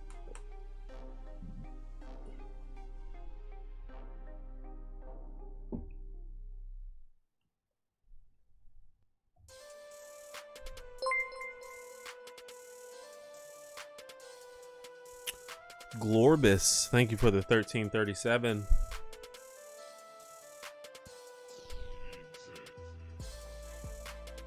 Drist is Drow. Is he purple? I guess maybe there are like different shades. Yeah, they can be purple. You're right. So I might give him like a bluish or purplish tint in his skin. It's hard to say because so little of his skin is showing. So it's hard to decide what to do. So this is like, I don't know other people's mini painting process, but my process at this point is literally just doing little stuff over and over again until it looks right. Like I've captured most of the big things, but obviously it's not done yet. So I'm just kind of thinking like, okay, maybe I'll do something here, or then maybe I'll be like, nah, that's not good, I'll paint over it. That's kind of my process. Basically, you just fail upwards. You keep messing up until it looks right, basically. That's the whole idea.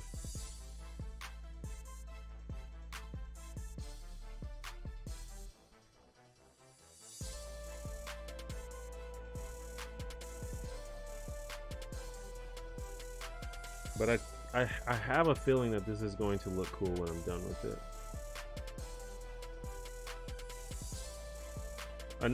Another sort of thing though is like knowing when to stop. I sometimes have trouble just ending the project. So I gotta make sure I don't get in that rut either.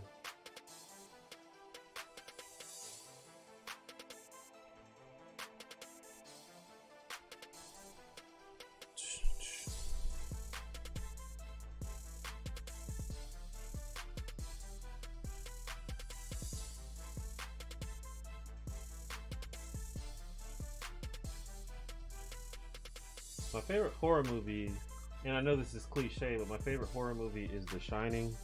I think the movie's a masterpiece. I've talked about this before, but I'm not like a big horror person, but I've been trying to get more into it lately. I really like Night of the Living Dead. I like Candyman. Rottweiler 606018 became a homie. Thank you for supporting the channel. We are well on our way to 100 homies.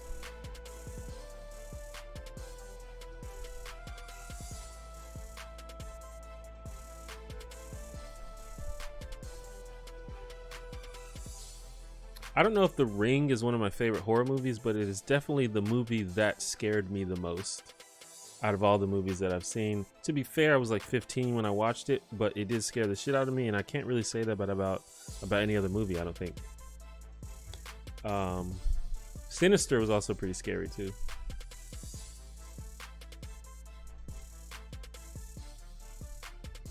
Yeah, I think I'm gonna do, that's exactly what I'm gonna do, C-Boy, either blue or purple wash. So I'm thinking if I do purple, it might clash with his hat because his hat's already purple, so maybe if I do blue, it's a better contrast. The best Halloween movie is Halloween Resurrection because it has Busta Rhymes in it. Obviously, I'm lying. That movie's terrible, but it's funny because it has Busta Rhymes in it. Or is that H2O? I think it's Resurrection. And literally, Busta Rhymes defeats Michael Myers by doing karate. It sounds like I made that up, but it's actually true.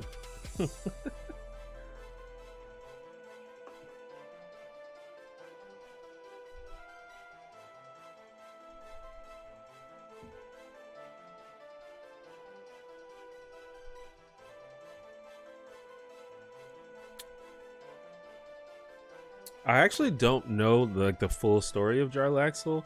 I just read a little bit about him and I was like, that dude's awesome. I'm putting him in my game. So he's like a major character in my game. And I only have like a vague idea of what he's like, but I kind of made him my own. That's the beauty of D&D. You can just take whatever, you can literally steal stuff. It's your game. Who's going to say something?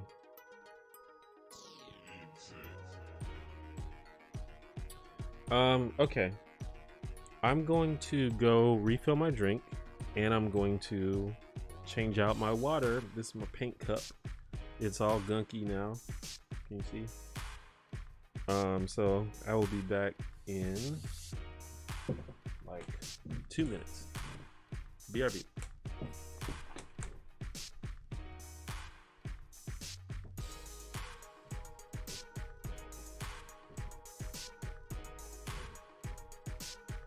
Making sure there's nothing weird in the background.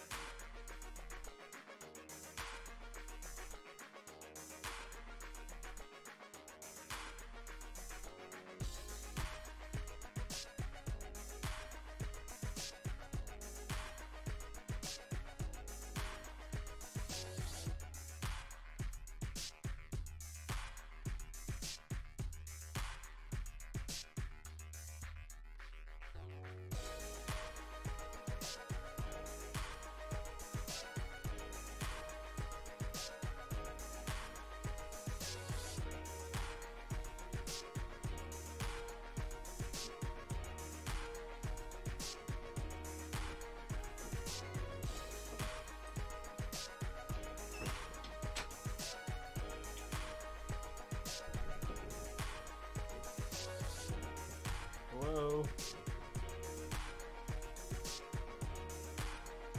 Wait, I forgot my paint water. Hold on.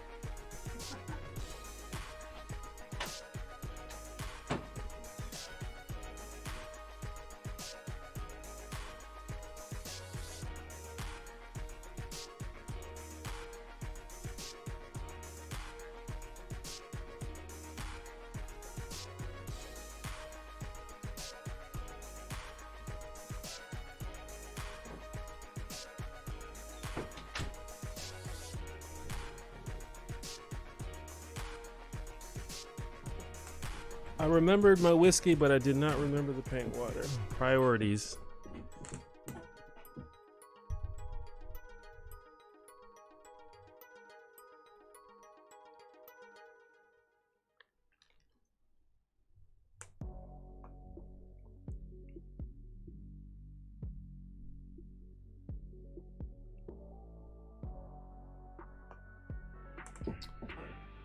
Okay. Where were we?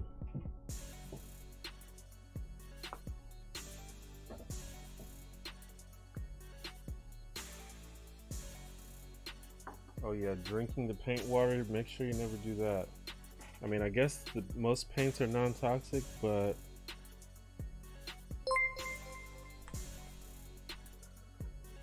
QJEG63JD became a homie. Thank you for supporting the channel.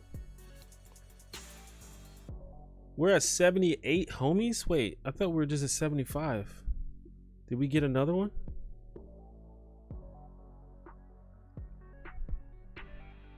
I guess it took a while to update. Well, as it says, the goal is the Bishop cosplay. I've been wanting to do a cosplay of Bishop, and that's Bishop from the X-Men, specifically Bishop from the movie Days of Future Past. One of the only cosplays that black dudes with dreads can do.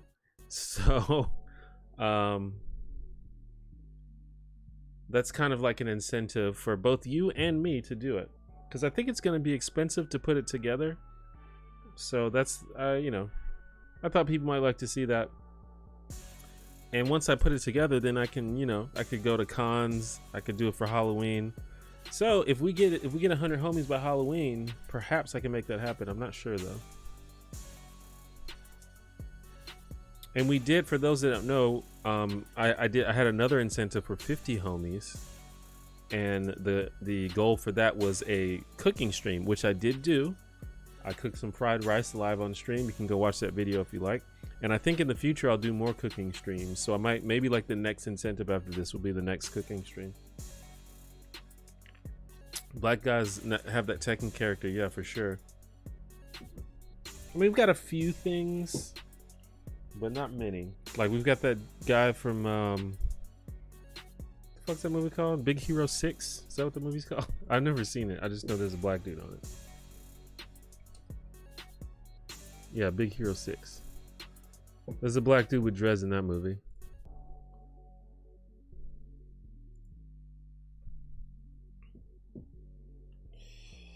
Okay, well, where were we at? All right, Nick. Sleep well. Thanks for dropping by. I actually think that I'm going to do a hybrid of the movie version of Bishop and the cartoon version, because I really like that big ass bandana that he wears in the cartoon and the comics. So I might do that instead of the scarf that he wears in the movie.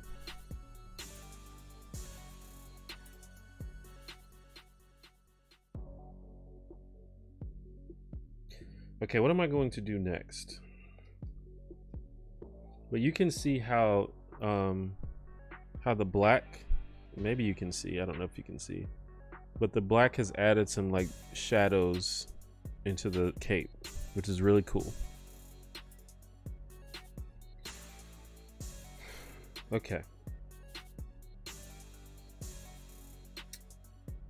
Okay.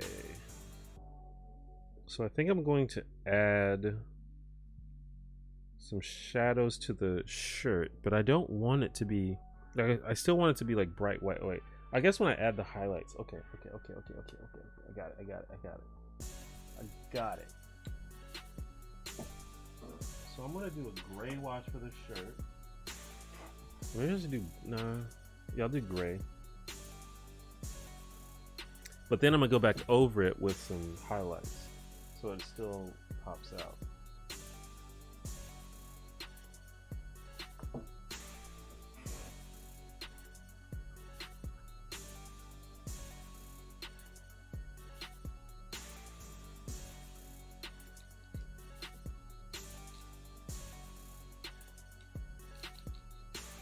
By the way, this DIY wet palette seems to be working.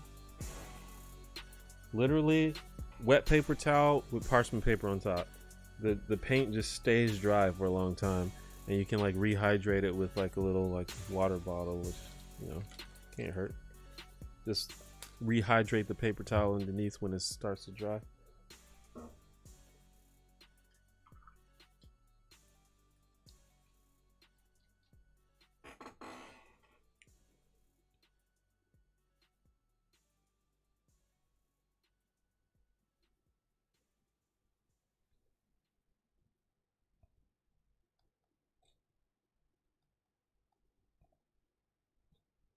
Yeah, that looks good. I like it.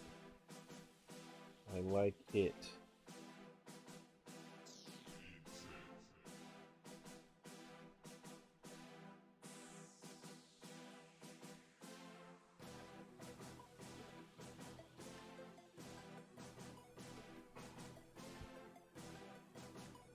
Okay. So we're gonna let that dry. It actually didn't darken it as much as I thought it would.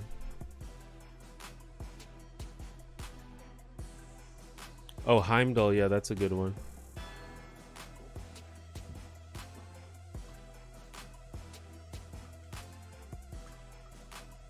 I can also do, you know, like real life people. Like I actually did, I dressed up as T-Pain one year.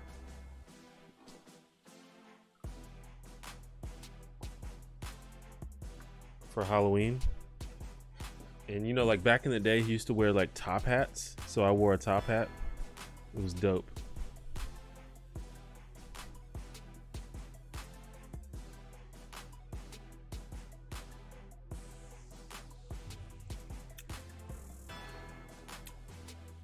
Yeah, I mean, I back non-traditional representation, but I just want people to be able to identify who I am by the costume. So if I do like something that isn't a black dude with dreads, it has to be like so recognizable through other means. And I think that, you know, the long hair can throw off a lot of, like, if the character has short hair, I don't think I can pull it off. It just won't look like the character because I don't have short hair.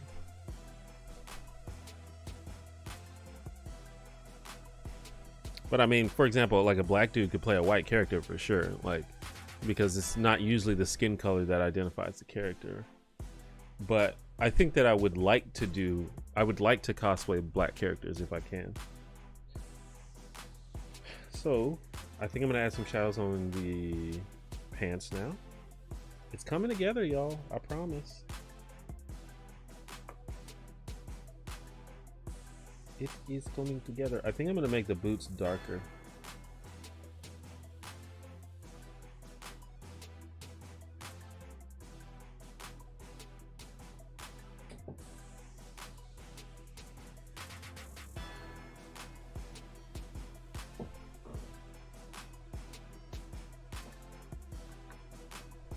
So for that, I think I'm just going to mix like a dark red. Just mix black and red.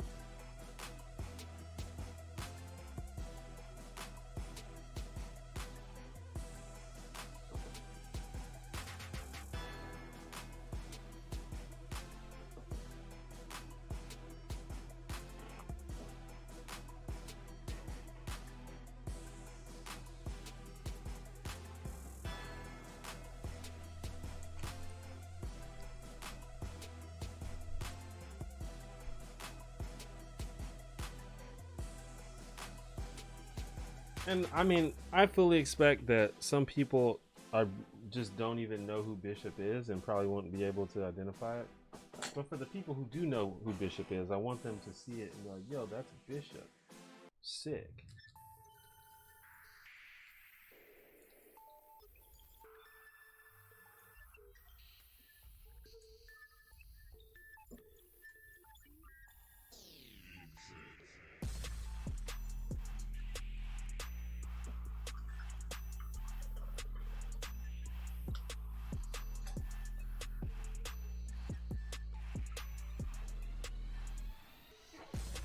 I'm painting miniatures for D&D.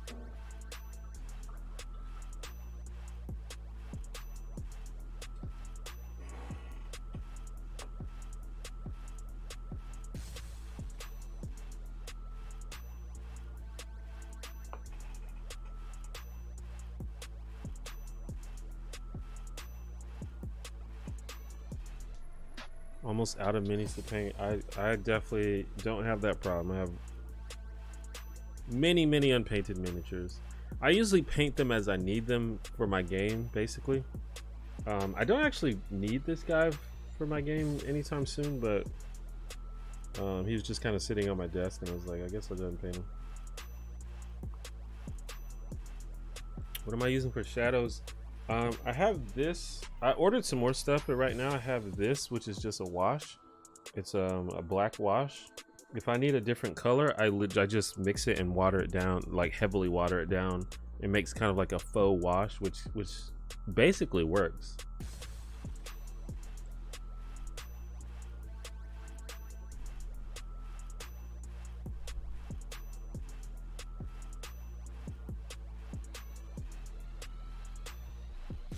I mostly cosplay comic book characters so they don't tend to get recognized a lot regardless.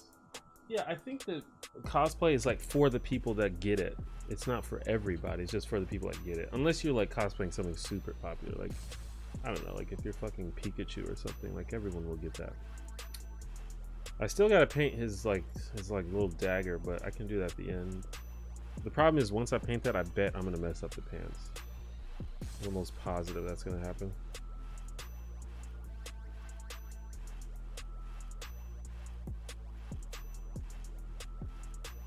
All right, I'm gonna try these markers, see if that does anything. I want to add some green to the shirt. That's not what I want.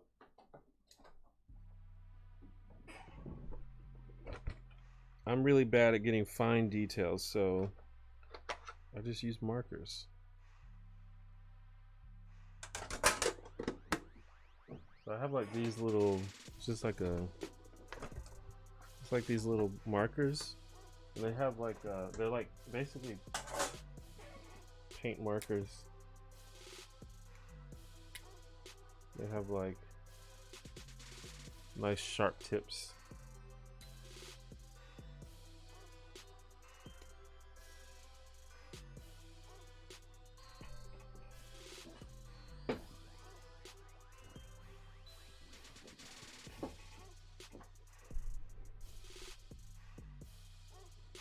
We didn't have slime minis for our game tonight, so we got to use the penguins I did. That's hilarious. How much time do I spend painting minis versus building a good story? Oh, I mean, I work way more on the story. I honestly don't paint as much as I should, to be honest.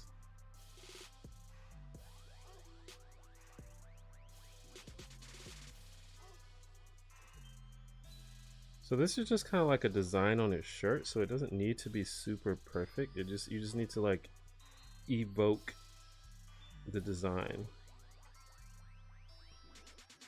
Or at least that's the way I feel about it. I'm sure that there are some people who are like perfectionists and it's like everything needs to be perfect, but I am not one of those people.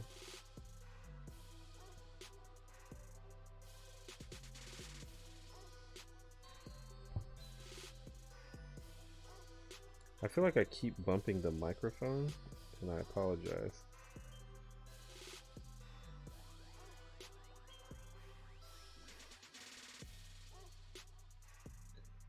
The only problem with using a marker is it's just not the same texture as the paint, so it can end up looking a little weird sometimes.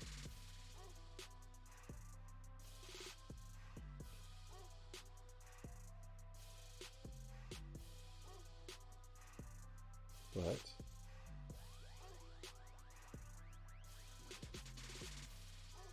as long as you use it sparingly and in certain spots, it might work. Or maybe it'll look terrible, who knows? You won't know until you try. And you know what? You can paint over it if it looks bad.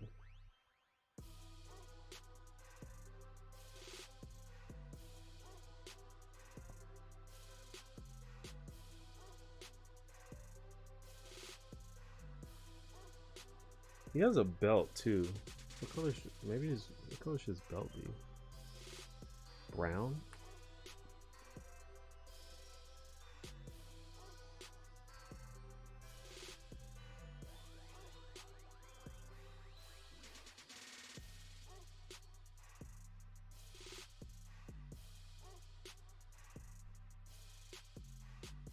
kind of just freestyling this design because it's not really, I mean, he has like some little patterns in his shirt, but I can't see them that well.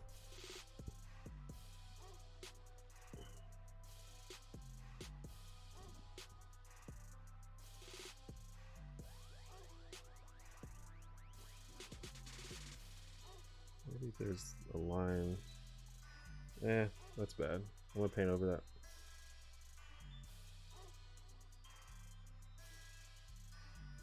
So I like his collard green. Collard green. That sounded funny.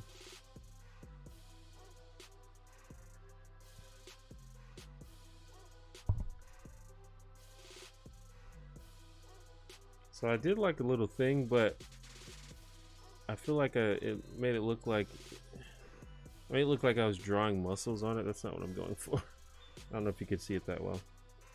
So I'll wait till that dries a little bit and I'm gonna paint over some of it. Whoa.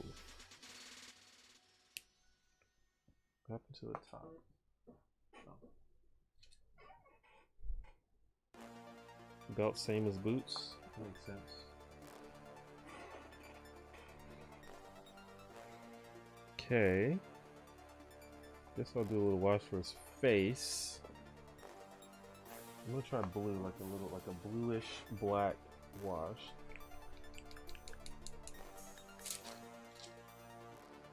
Or like a dark blue, basically.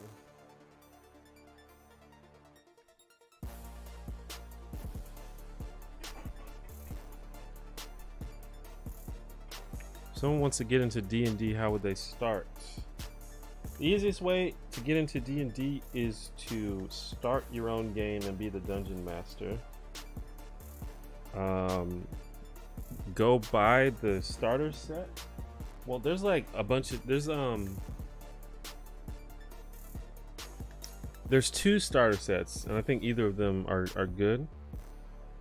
But my guess is that there are probably people in your town that want to play D&D, but just either don't have time to set the game up themselves, or they just are intimidated. So the best way to get it started is to start it yourself. If you can't do that, I would say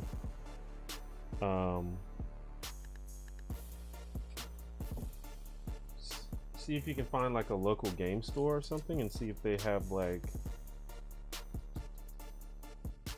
a league, or if they like hold games or something of that nature at the store.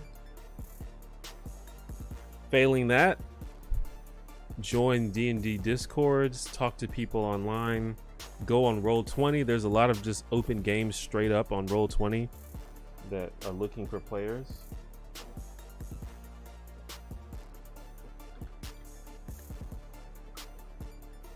But in my experience, I literally was like, hey, I want to play D&D, and I like immediately found 4 people that wanted to play with me. And as I got more into the game, I found out like dozens of my players either played actively or dozens of my friends or acquaintances either played actively or were interested in playing. And just being around people, I don't know how old you are, but I've found that D&D has been a really cool group activity for like older adults, like people that don't have a lot of time. It's just, you know, it's kind of like game night, you know, like how adults have game night because there's nothing else fun for them to do and they don't have time to do stuff. So it's like, hey, let's meet up on the weekend and have game night. Like people are doing D&D now instead of like, I mean, it is kind of game night, but I found that a lot of adults are into it. It's just a way to like relax after a long week of work and things of that nature. So I found, in my experience, I don't want to say that everyone's experience will be the same, but in my experience, a lot of people are into it. It's not hard to find people that will play, especially if they don't have to DM, because DMing is it's a lot of work. It really is. There's no other way to say it. So Most people either can't do it or just don't want to do it. I need a small brush for this. So if you can do it, that would make it a lot easier for you to get involved in D&D. But the thing is, if you get a game going, people see you DM and then they might want to DM after seeing you do it. That's kind of what happened to me.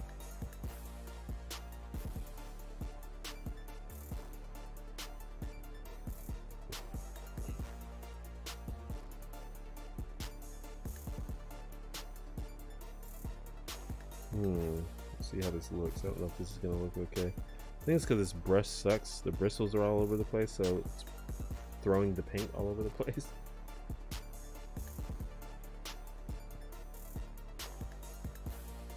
I need a very small brush that is not fucked up. That might end up looking good after it dries, though. We'll see. Sometimes you can't tell until it dries, because when it's all wet, it looks like watery and shiny. But after it dries, it looks good. So you have to wait and see. I want to DM, but I don't think I have the creativity in me to come up with a good campaign. First of all, you probably do. Second of all, there are fully pre-written adventures. You don't have to come up with anything if you don't want to. But I guarantee you, while you're DMing, you will get ideas. That's why I say, if you've got like 20 bucks, I think it's like 20 bucks or 30 bucks, pick up either D&D starter set or D&D essentials kit. I think that's what they're called. Those are the two beginner starter sets. They're easy to run. They come with literally everything you need. You may just want to buy some extra dice, which you can get like 9 pairs of dice for like $5 on Amazon or some other site, eBay.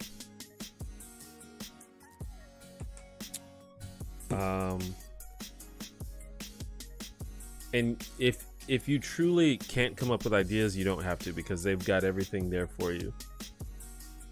You just have to take some time to read over the adventure and read over the rules, and you'll learn the rules as you go. You won't get everything right the first time. That's fine. And then eventually you probably want to get the player's handbook, and probably you want to get the Dungeon Master's Guide. But you can start playing D&D with just the starter set. Honestly, you don't even need to do that if you don't have 20 or 30 extra dollars. Literally, the basic rules are, I believe they're online for free, and you can go to DM's Guild and find a starter adventure for like $3. It'll be in PDF form, but you know, just look at it on your phone or your laptop or print it out. So you don't even need the starter set if you don't want to. But the starter set is like well tested. It's popular. People love it. It's fun. I've run the starter set. It's great.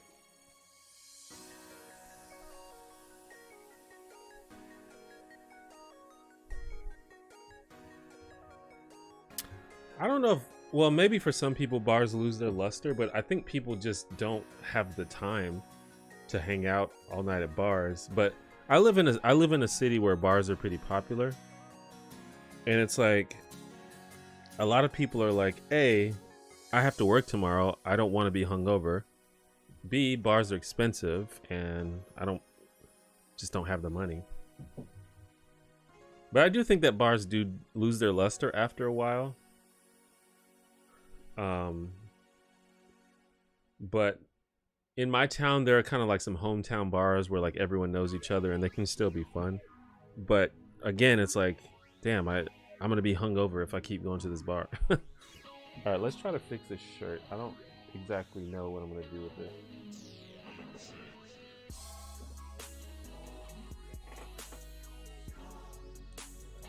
Paint is still wet. I love it. Definitely, if I was using a regular palette, this paint would be dry by now. 100%.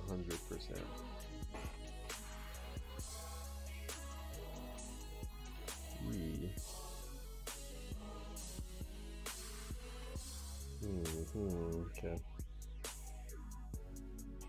So that marker was not dry.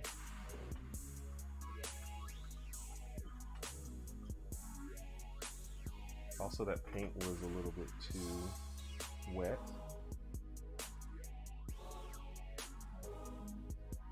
But that's fine. That'll work. I actually kind of like this green tint that, like, I painted and the marker wasn't dry. So I kind of smudged the green a little bit, but I kind of liked it. I kind of like the little green smudge. So I'm gonna try that all over the shirt. See how that looks.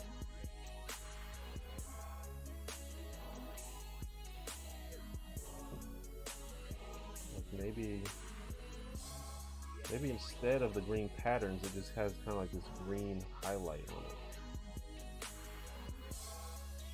I don't know, we'll see.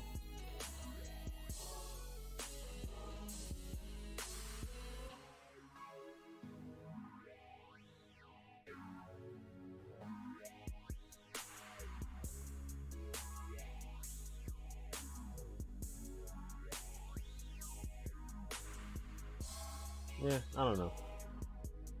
Probably end up just painting over it and trying again.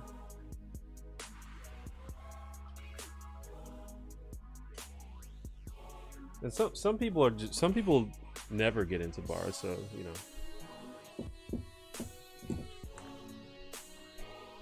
Thanks. I think I just need to take the plunge and risk making mistakes. Yeah, you're gonna make mistakes 100%. But I mean, isn't that the case for anything that you do for the first time? That's how anything works. But I can pretty much guarantee that even though you will make mistakes, it'll still be fun. And really, the way D&D works, mistakes are rarely mistakes because the only thing that matters is what the DM says. So if you say it, then it's right. So it's not really a mistake. It may not be like what the actual rule book says, but if you say it, it's law. You may later down the line say, oh, that's not the way that I should have done that. But in that moment, it was law. So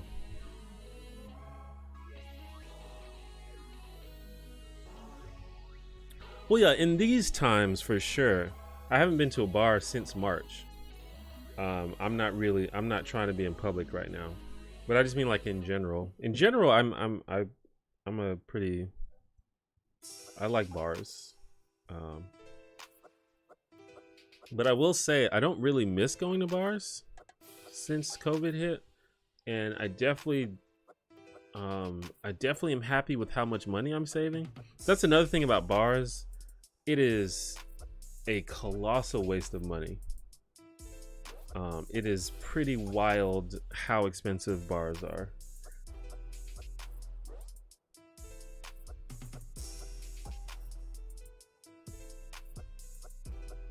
Alright, so I'm going to darken his boots even more.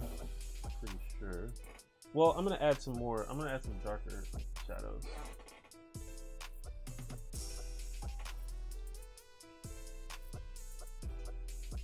Yeah, I haven't done much with wet palettes. I've only recently experimented with it.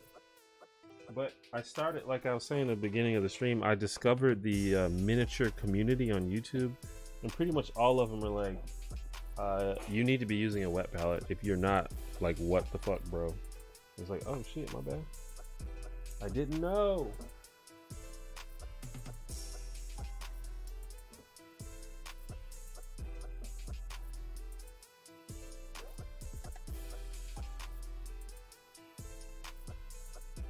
Okay.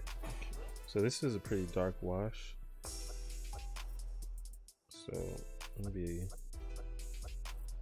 try to be not too heavy-handed with it.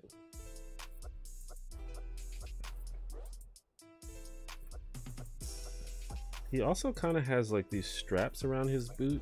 I wasn't sure if I was going to really detail those, but maybe I will, in fact.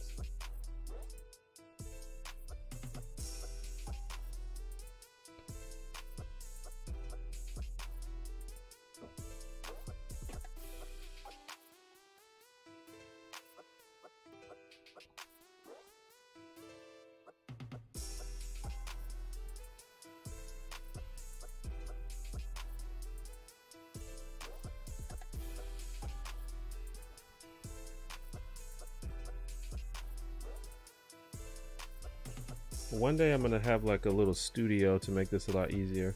I think that's gonna look cool.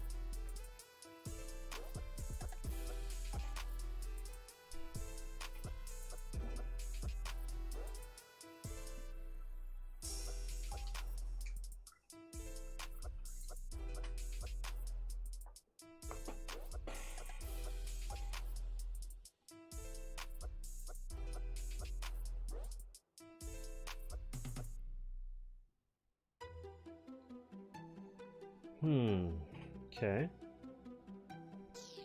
So I think I'm gonna start all the way over on the shirt. And I might try painting instead of using the marker. I don't know if the marker was a good idea.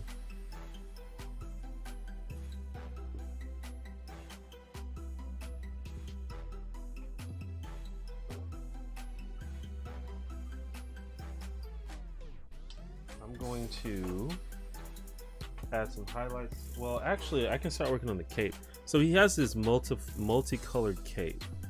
So I was thinking maybe I could just do like just dry brushes of many different colors and just see how that looks. That may end up looking stupid though, I'm not sure.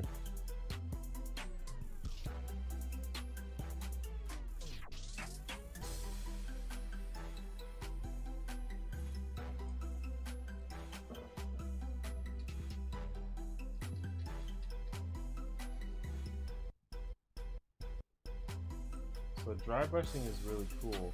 You just put some paint on the brush and then you completely wipe it on the paper towel until almost all of it is gone.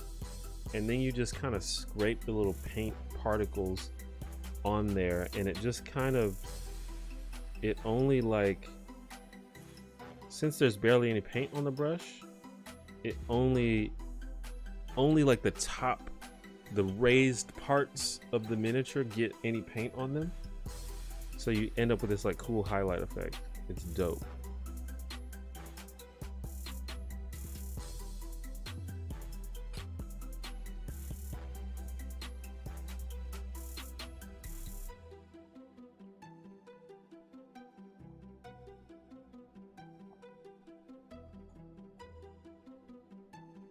So I don't know if that's going to be visible. You can see it a little bit. I just put like little red highlights on the back of the cape.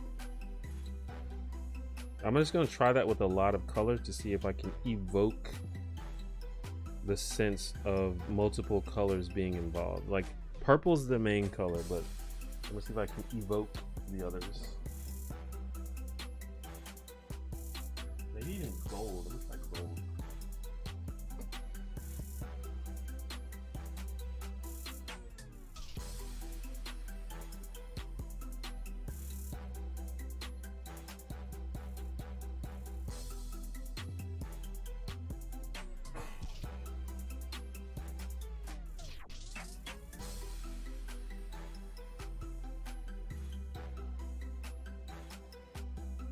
Because I think that he would have a shiny cape.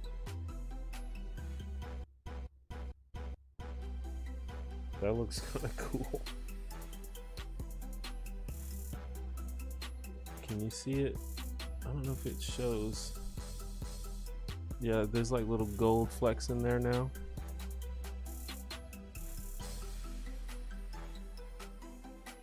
Like the cape, I want to be just kind of ostentatious.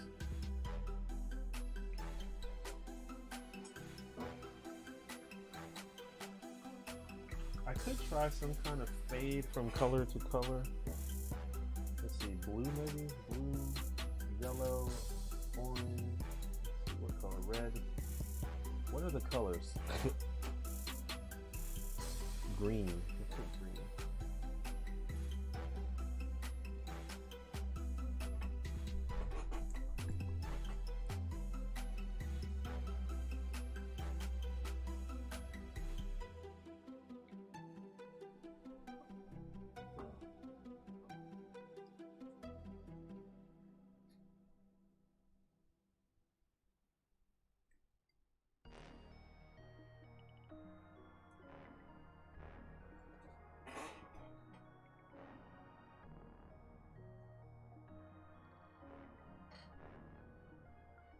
I mean, honestly, I kind of like just the gold and red.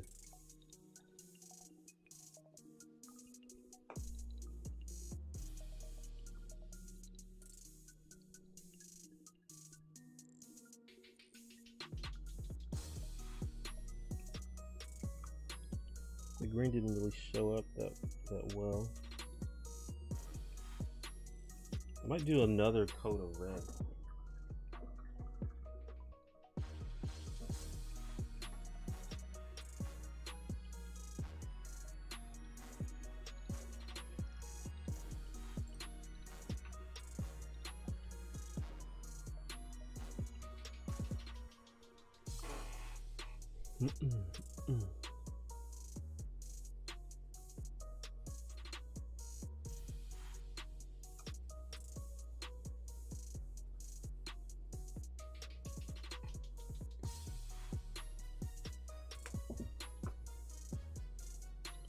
So that looks cool. I want to get another color in there though.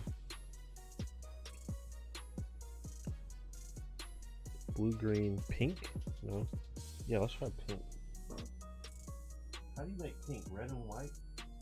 Red and purple? I don't have a pink paint.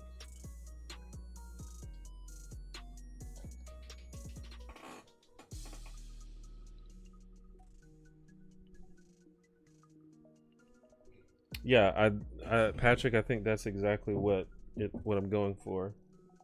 But I want the cape to be colorful, or to at least appear colorful.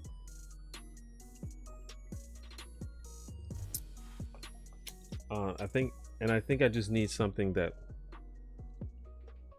stands out. I'm thinking like some kind of neon green or pink.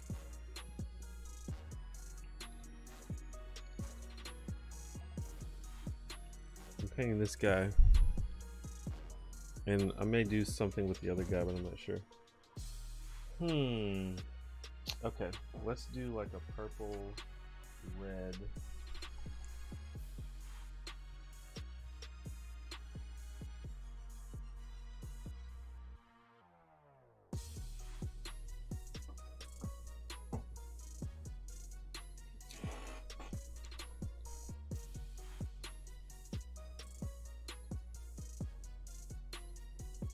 And then probably some white.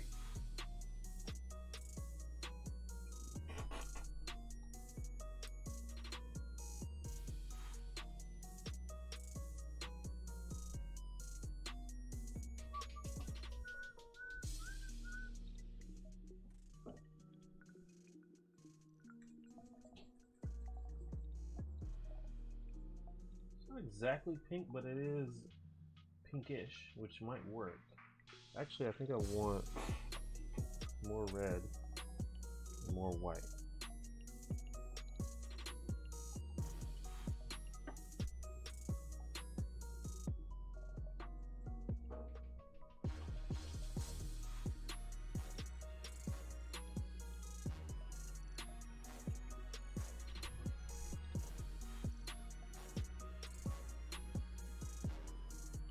Like I said, in the future, I'll have a better setup where you could actually see what's going on over here.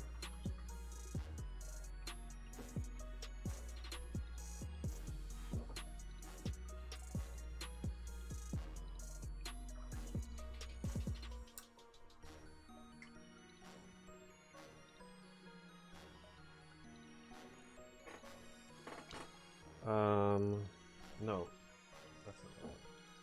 Almost did a wash. I don't want to wash. I want to dry brush. I don't know if this is gonna get the effect that I want. It's a little dark, but ooh, wait.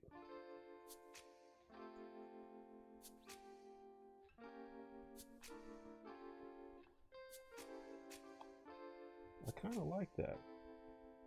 Don't know if you can see it again. It's got some gold, it's got some like magenta, it's got some red. We'll leave that alone for now.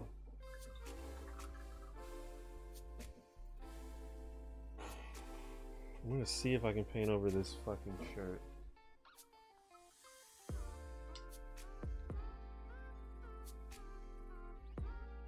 I think the shirt is getting in trouble.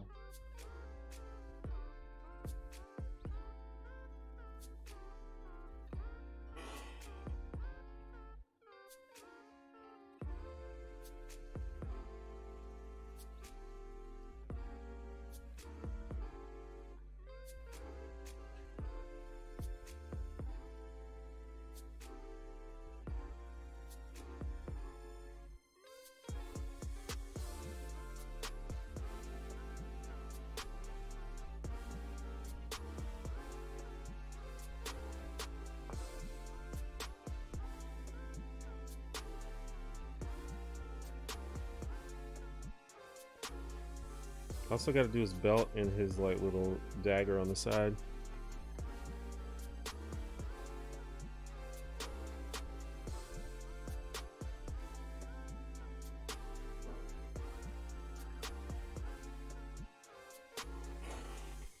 So his belt is kind of gray with black.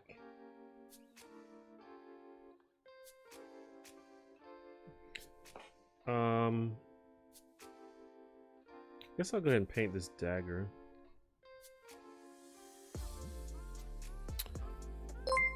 Thanks, Lala. Thanks for stopping by. Star Honeybud, thank you for the $2.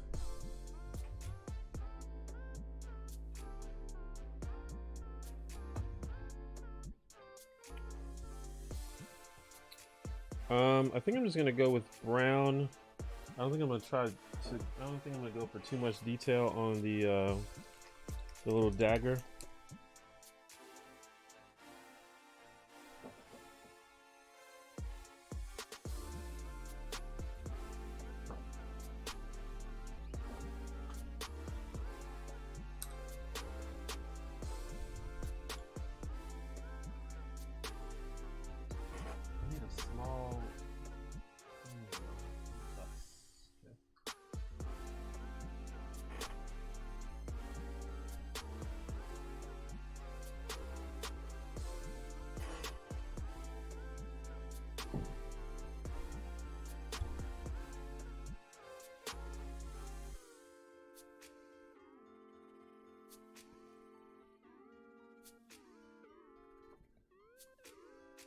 By the way, if you're gonna paint minis, you should always have a handle or something to hold it.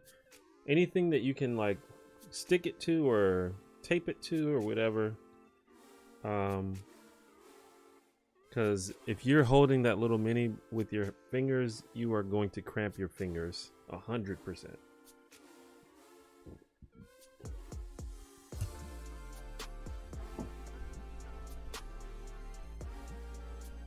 What's up, Rose?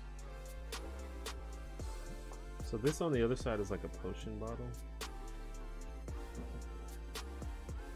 which would normally be red, but his pants are red, so I don't want to do the same color as pants. Maybe that pink color that I used earlier. And for that, I could definitely use the marker to do like the leather straps that are holding it.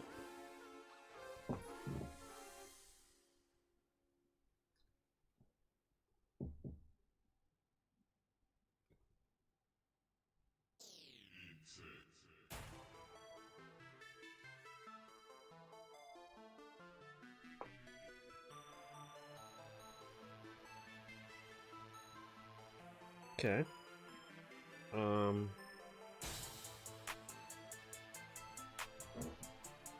So a belt, which is, I'll start off with gray, if I can. I feel like I'm going to make a mistake. Yeah, poster tack is actually good. I need some of that. I'm actually using basically like command strips, just like these little circular command strips.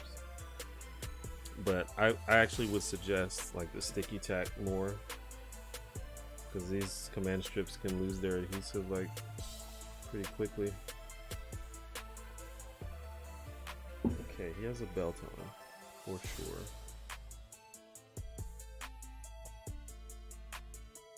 And I'm gonna add these things here.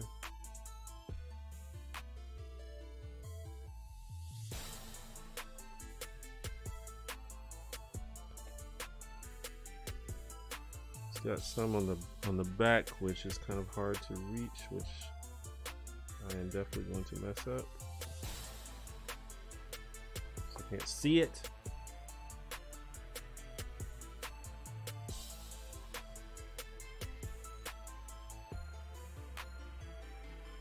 Definitely have to fix that. That's fine.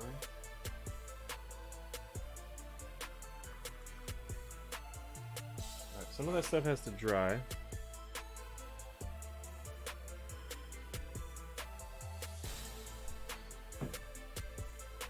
I actually haven't read any of those stories. I want to read some of those D&D books,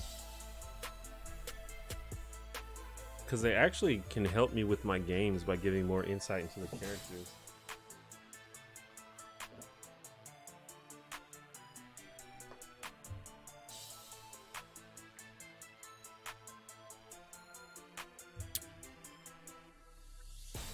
Yeah, I've got like old, like here's another mini that I painted. It's on like a fucking acid reflux container, which is a thing that you might need once you hit your 30s. So I'm just gonna take a look at this guy while the other thing is drying a bit. This guy, I don't know, like this is a lower quality miniature, so it's hard to even see the details on it. But it just kind of looks weird to me.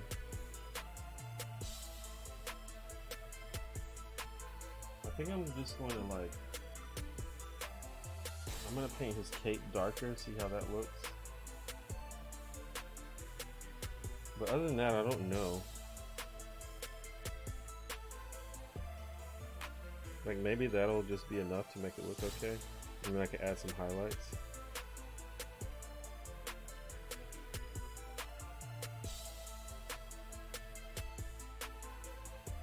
Use rubber cement. Word. Does that not get too sticky? Can you like remove them from that? I don't know, it's been a while since I've used rubber cement. I might be thinking about it wrong.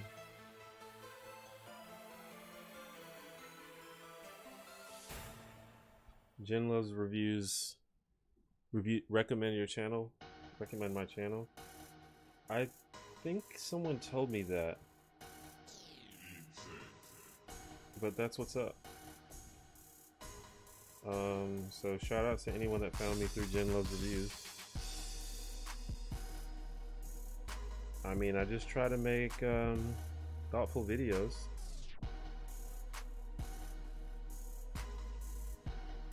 I think being civil and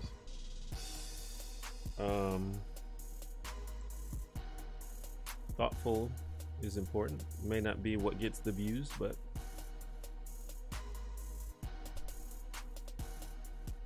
use it thinly. Yeah. All right, Patrick, thanks for stopping by. Thanks for becoming a homie, supporting the channel for sure.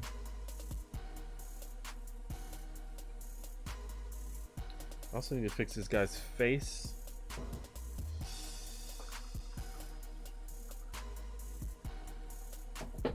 This pack comes with this flesh color. It's called tanned skin.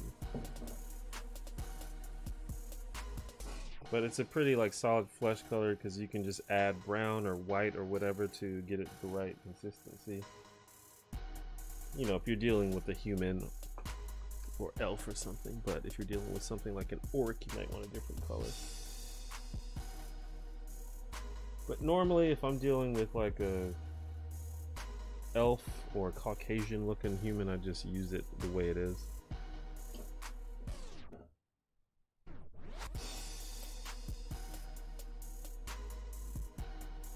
And you can see how my process is. Like, I'm literally just kind of going back and forth, figuring stuff out. And eventually I'm just going to be like, you know what, I'm done. This is kind of how it works, I guess.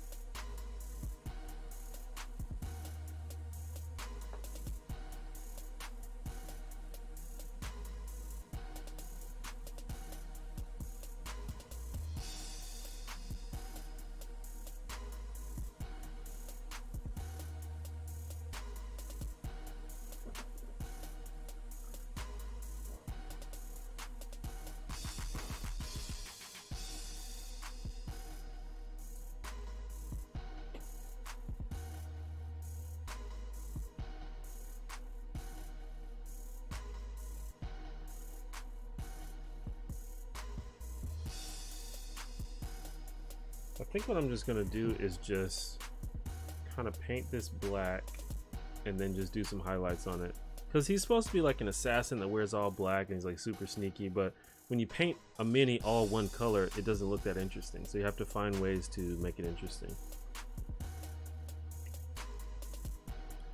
And I haven't really mastered how to do that yet, but you can't go wrong with putting highlights on things. That's kind of the way I feel about it.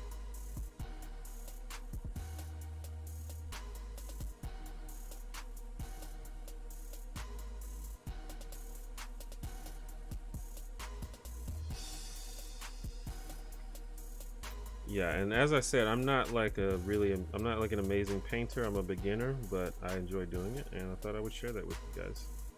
Hopefully that's okay.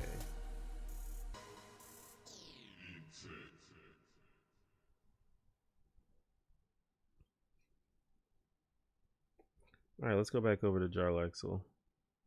His shoes look brown, but that's kind of okay.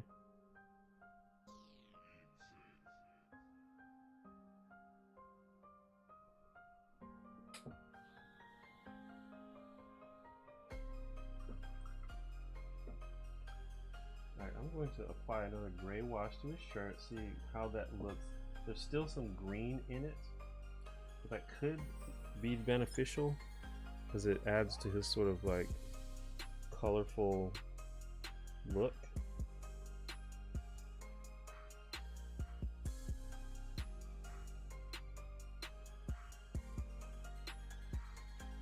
I'm gonna add like a lot of gray. Hopefully it doesn't spill all over the place. Sometimes when you're using washes, it's so watery that it kind of spills out all over the place. So you have to be careful with it.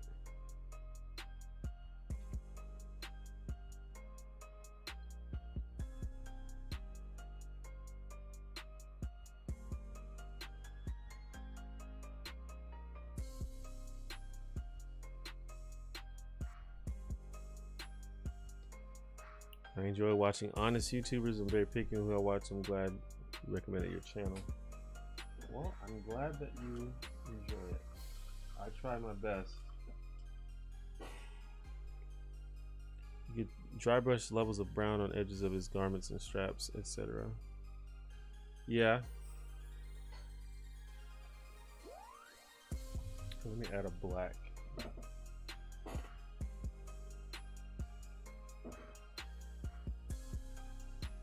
I think my black wash got kind of diluted with some other colors, so now it's kind of like a dark brown, but that's also good though. Like a dark brown wash actually is useful, so it's not bad. It's not the end of the world is what I'm saying. But now I just have to like make my own black wash if I need one.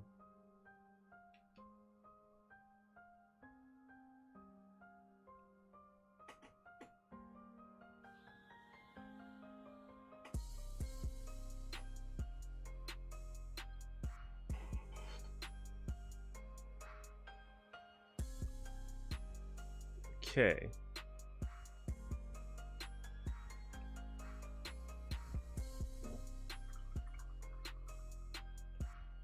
So I have to fix some mistakes on this cape. Some colors got on it that aren't supposed to be on it. is okay.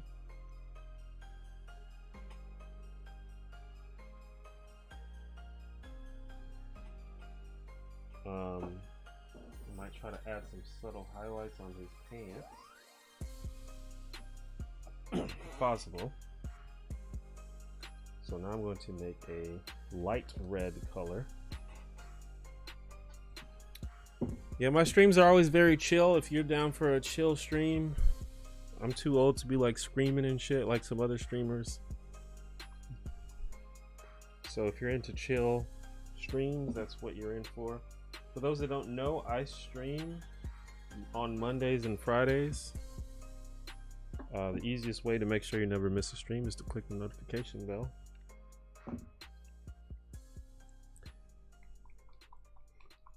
I know every YouTuber tells you to click the notification bell, but it's because we want you to watch our shit. We work hard.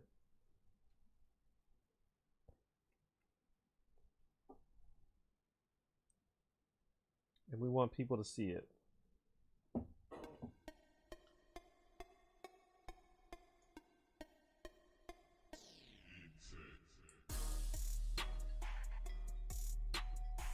I want this to be even lighter.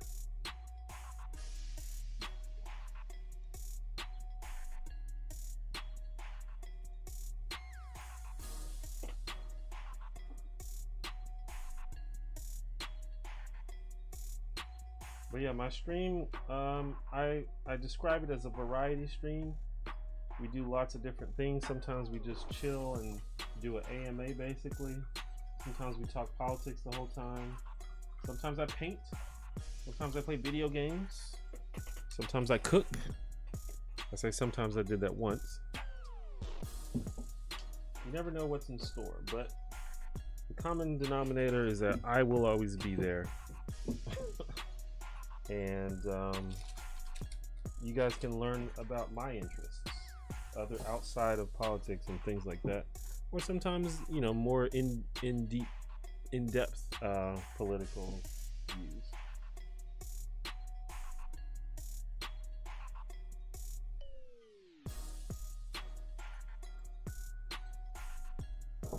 So I'm gonna add some highlights on the pants.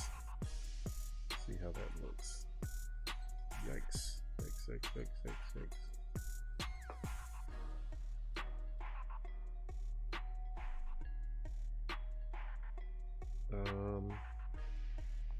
Wait, that's not, doesn't look great. I don't think I dried the brush enough. Kind of came on a little strong with the highlights.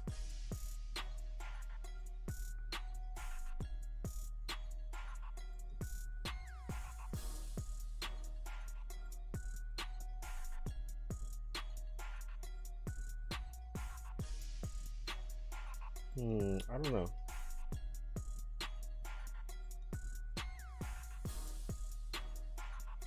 So this shirt is really messing with me. I really want to fix this shirt, but I think that green marker is just, it just doesn't dry. Because I usually like do marker at the end to like do little highlights, but I tried like some big things with it. So I don't know exactly how to remedy this, except painting, maybe painting a darker color.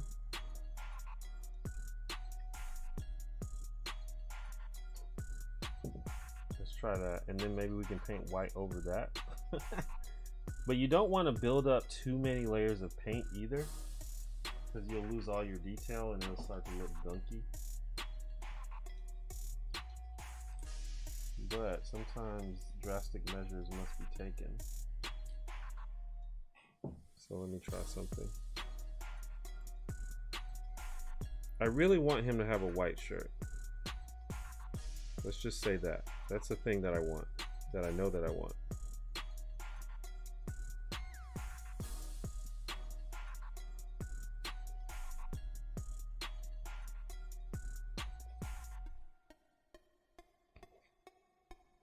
So what I'm going to do is I'm going to paint it gray, let that dry, see if the gray covers the green, because the white was not doing a very good job of covering the green. And then I'll paint the white over the gray.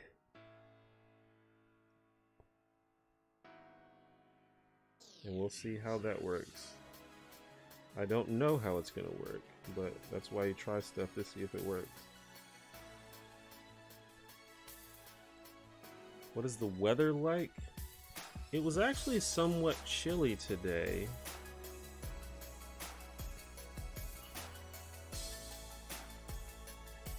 It was a clear day, but it was like a nice chill breeze outside, which is a bit interesting because I guess it's fall now. I don't know. It just kind of snuck up on us.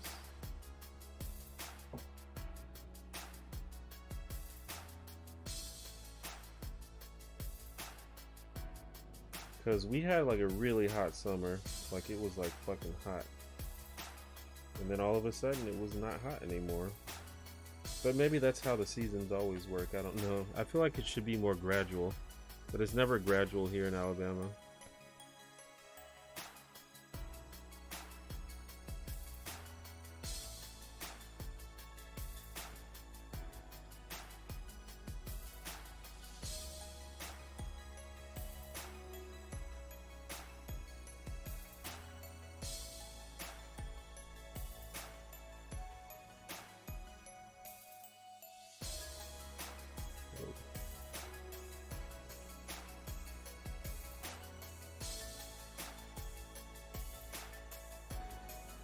So I'm gonna have to fix some of the stuff that I just messed up. I think the cape looks great. The cape's like the only thing that's right.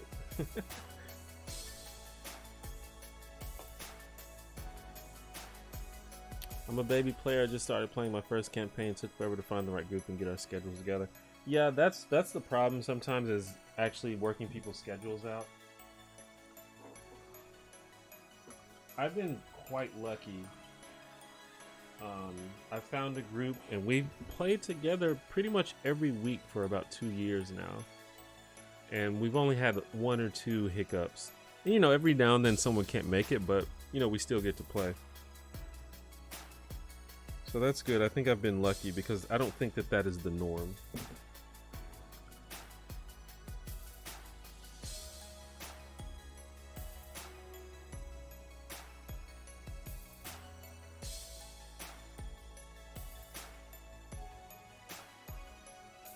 Okay.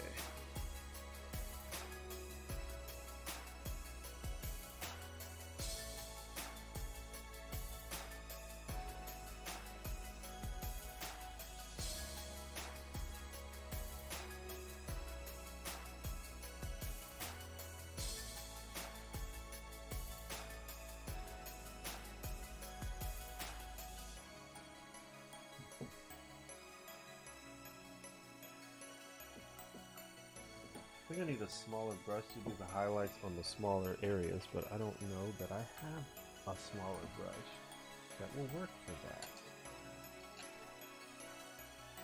Do this one.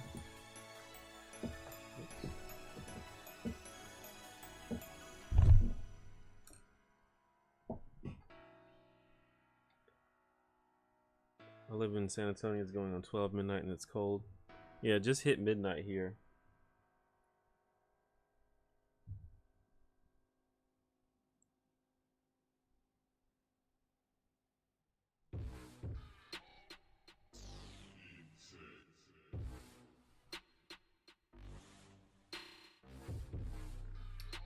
Okay,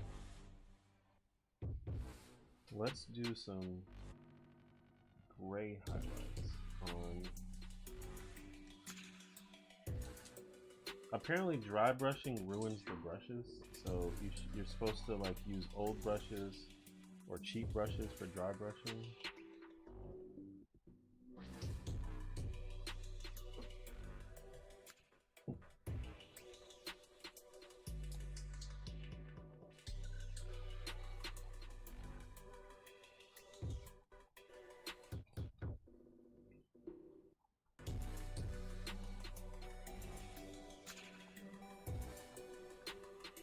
See, that looks cool.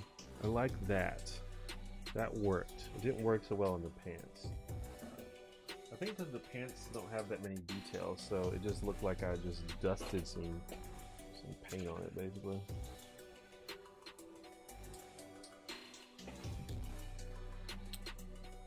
So I painted his shirt gray. The pants I tried to highlight a little bit, but it didn't look very good, so I'm going to try again.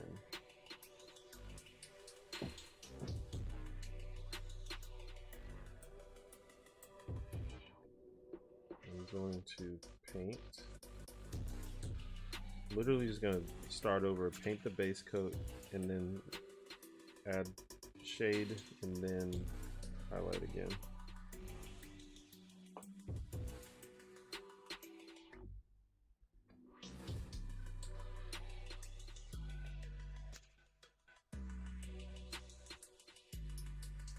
While trying not to mess up too many things that I've already done. I'm not super worried about like the back because not too many people are going to be looking at that, but you know, if you can do it, you might as well do it the best you can.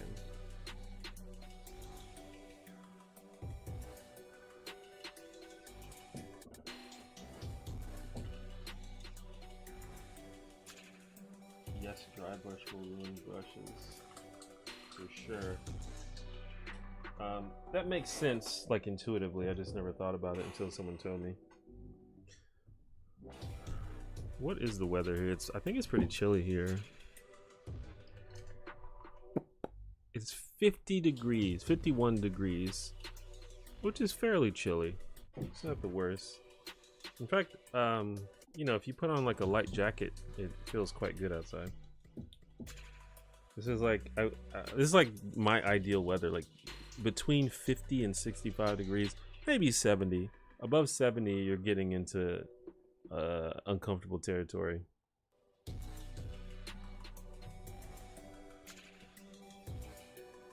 All right, let's try doing this shirt again.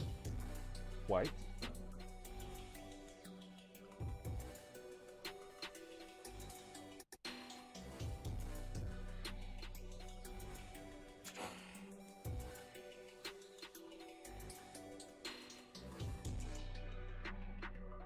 White has a little bit of red in it, but I kind of like it.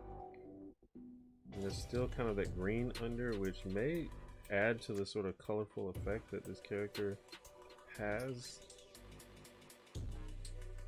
going for him.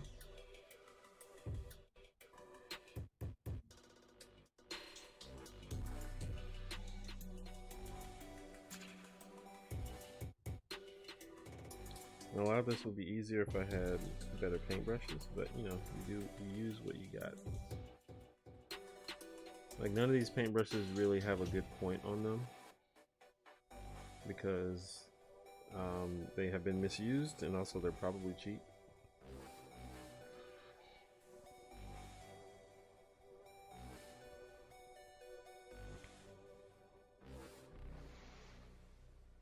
But I'm learning one step at a time.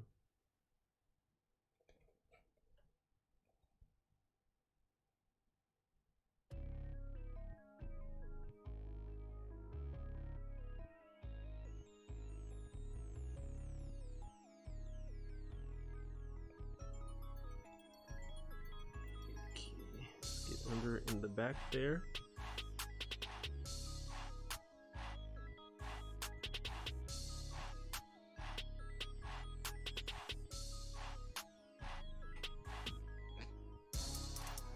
And it's already starting to look a little gunky.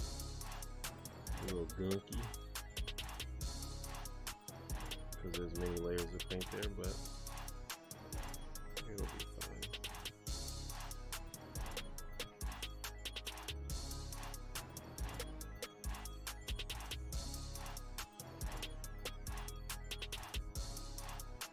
I just want him to have a white shirt with like designs on it. That's what looks the coolest to me.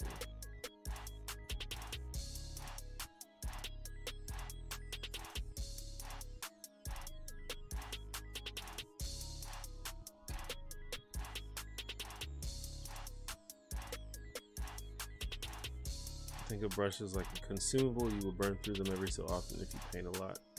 I never buy expensive ones. That makes sense to me. I think it's just about time that I bought some new ones. I actually might have a pack of paint brushes somewhere, like unopened. I just never used them yet. I need to look for that. But I will do that another time. I forgot to paint the back of his head, so I'm gonna go ahead and do that.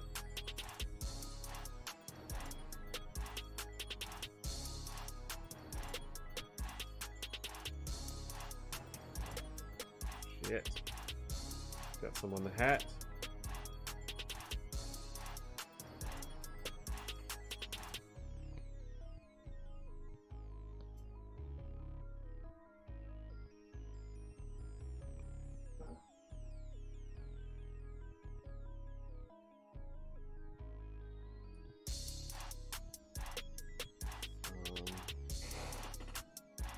Okay.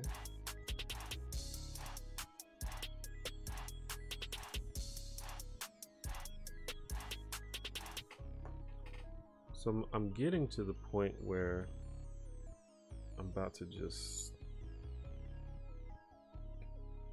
stop. I think I'm gonna put some shadows on the shirt and then probably be done. I might come back to it.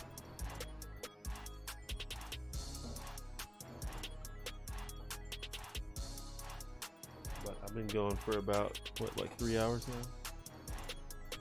And at this point, I'm like just kind of going over the same stuff over and over again.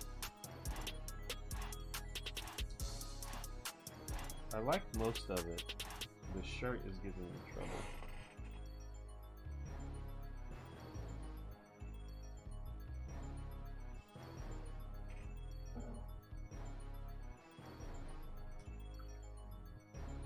Add some shadows to the hilt of the sword, just to give it a little bit of depth.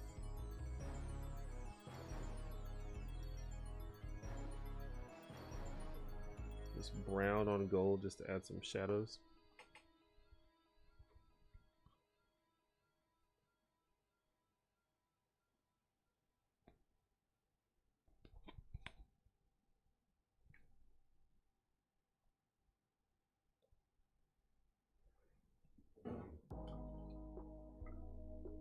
I think I'm just gonna dry brush some gray on this other guy.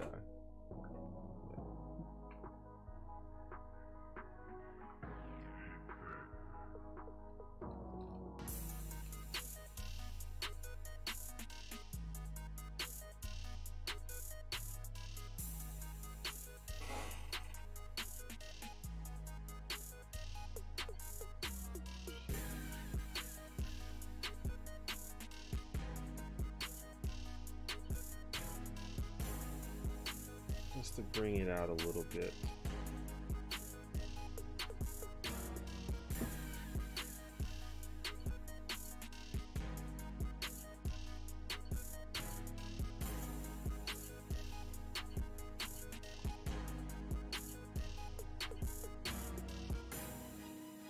It looks really good on the cape because there's all these folds and stuff on the cape. But sometimes when you do it on other places, it just looks like you're just smearing paint on it because it doesn't have the details.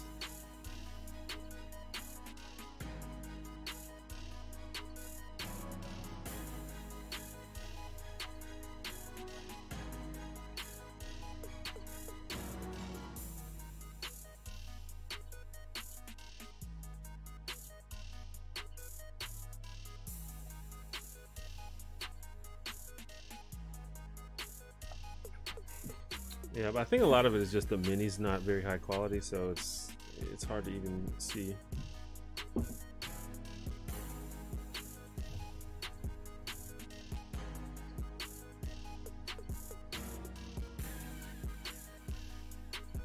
right, once again, I'm going to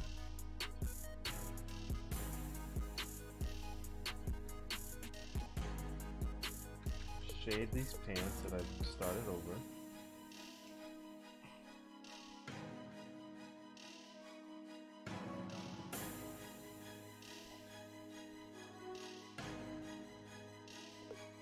It's just hard to make it look good because there's not that many details on the pants.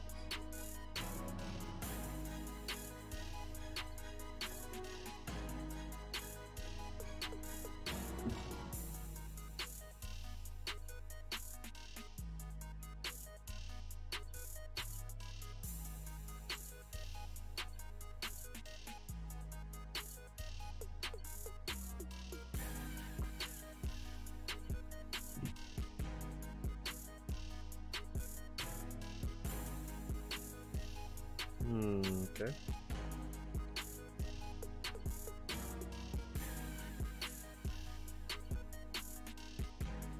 Yeah, I mean it captures this guy captures the idea of like a little assassin guy, but I might like replace this miniature with another one that I like better.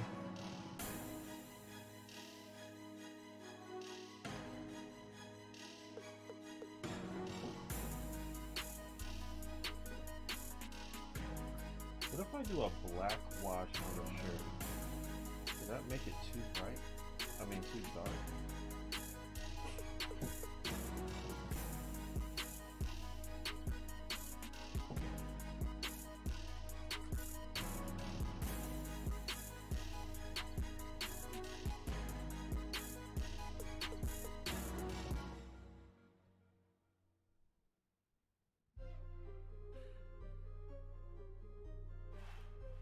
Maybe if I'm very careful with it.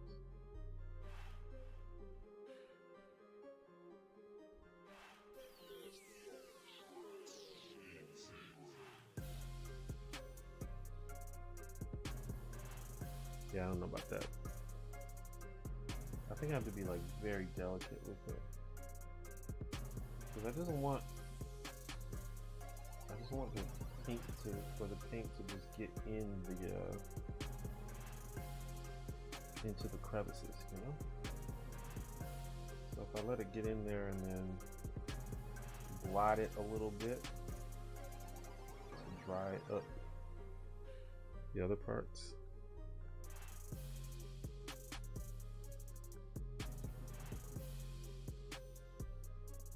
Yeah, I don't know.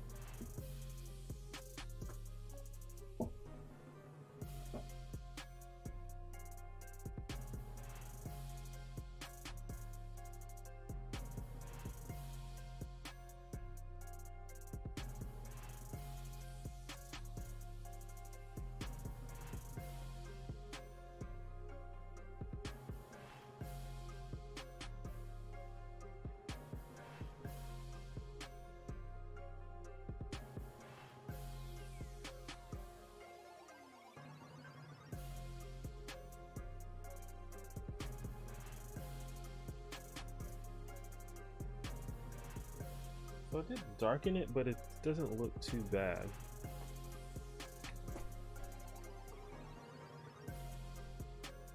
Can you see it? I have to do the beauty guru thing. It's hard to see. I'll show you in a minute. And I want to add some green details on his shirt, but every time I do it, it looks bad.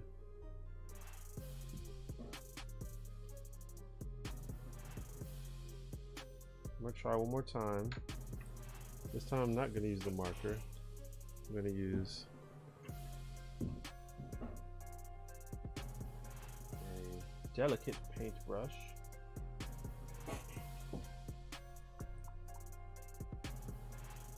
What's up, Max?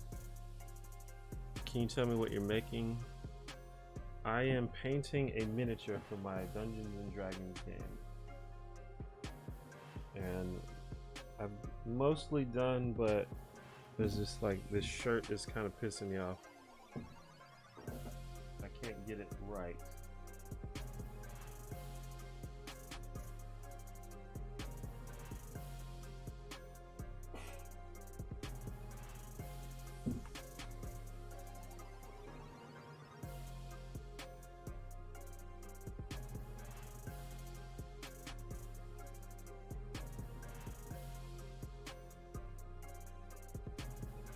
But if I don't get it right this time, I will shelve it for another day.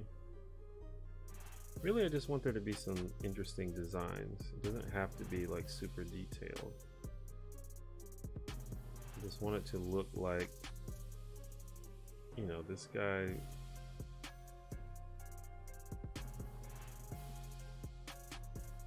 He's wearing a fancy shirt with a little bit of green on it.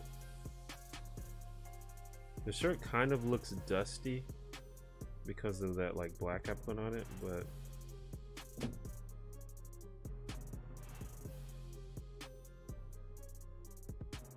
apparently most mini painters don't use like really thin brushes like this, but this is kind of all I have, and I'm not great at it, so I don't think this is gonna come out perfect, but I'm just gonna put just like faint little hints of green in there.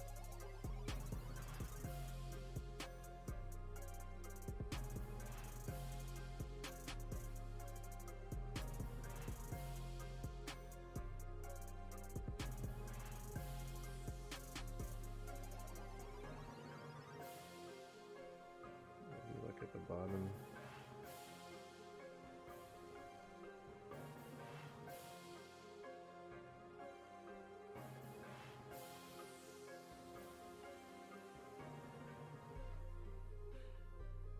So yeah, I might come back to this, but I think I'm gonna be done for now. And I will show it to you.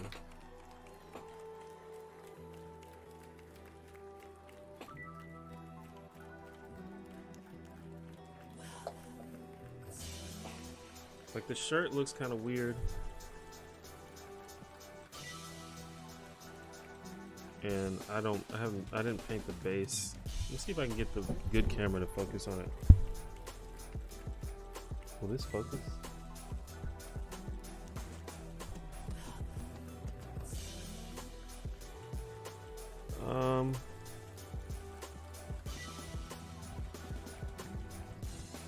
So yeah, I don't like the shirt. I need to fix the shirt, but I'm done for now. I do like the cape though. The cape has like this sort of like shiny glitter thing. I'm mostly a DM, but yeah. And there's like a lot of like little things that I can clean up.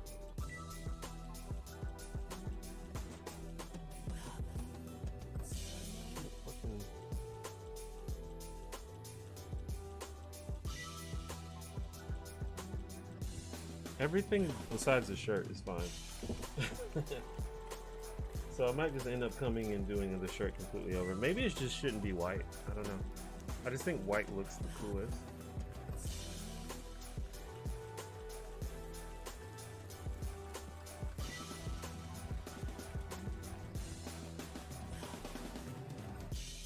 But yeah, I need to make a stopping point, or else I will be working on this for the next 3 hours.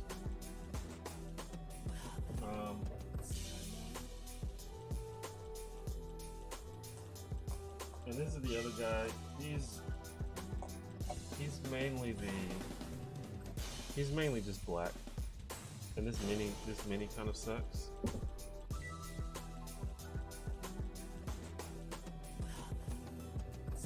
But it's just all black, really.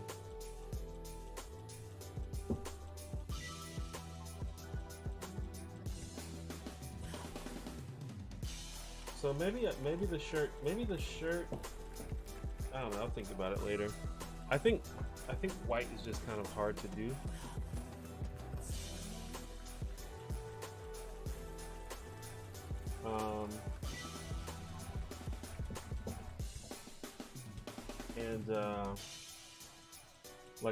Like my game has a lot of giants in it, and I really like painting the giant minis because they're bigger.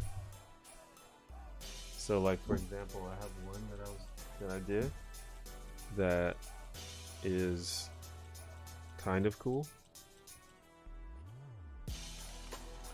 They're bigger.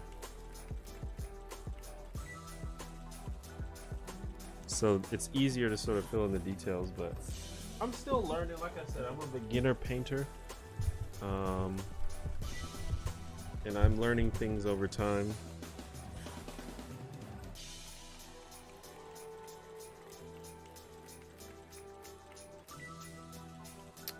But yeah.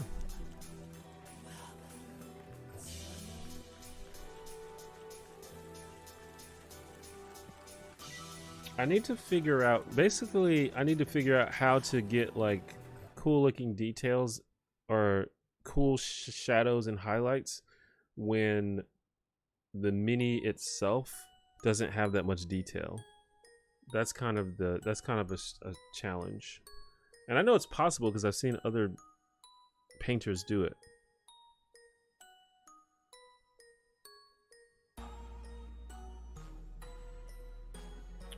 But I don't really know how to do it. But I'm learning. Like I said, I just discovered the miniature painting community on YouTube. I found like 4 or 5 different people. Like Miniac and is it Black Magic painting or something like that? And there's like there's I can't remember what they're called, but I subscribe to a bunch of people.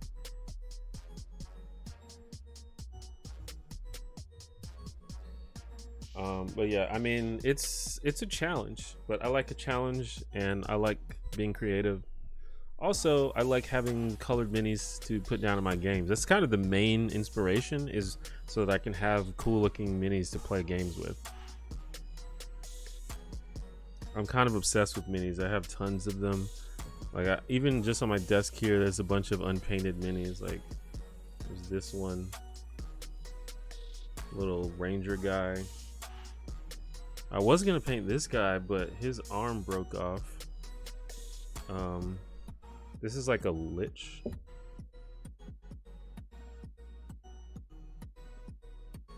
It's hard to see, but it's a lich. I've got a little goblin dude. This is I like this mini a lot actually. So I've got a lot of stuff that is unpainted. I am on Twitter. I'll see if I can find the miniature community on Twitter. Yeah, Black Magic Crab.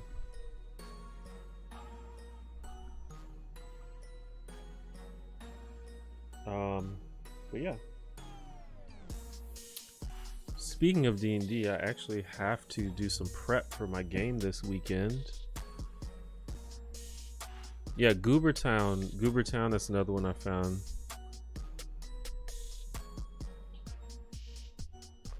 But I think I'm gonna go ahead and end the stream. I've been streaming for about 3.5 hours, and I gotta clean up all my painting shit.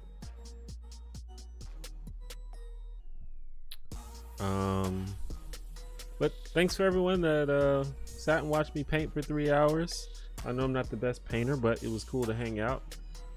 Thanks for all of the support. Thanks for all the super chats, all the new homies. This doesn't actually look that bad, you know, when you look at it again, but it definitely could be fixed.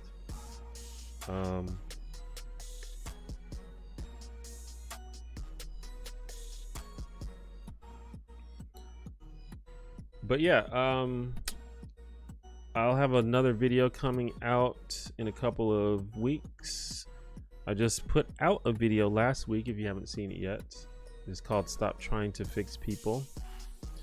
I stream every Monday and Friday. I don't always paint when I stream, but that is one of the many things you might find on this stream. We do a variety of different activities. But yeah. I feel like there's something else I wanted to say, but I forgot. Anyway, just check the description below the video. You can find all of my links and all of my social media and stuff if you want to follow me and all that jazz.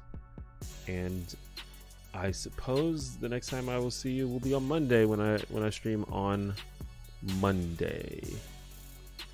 Yeah, that sounds about right. So yeah, I'll see y'all then. Okay, bye.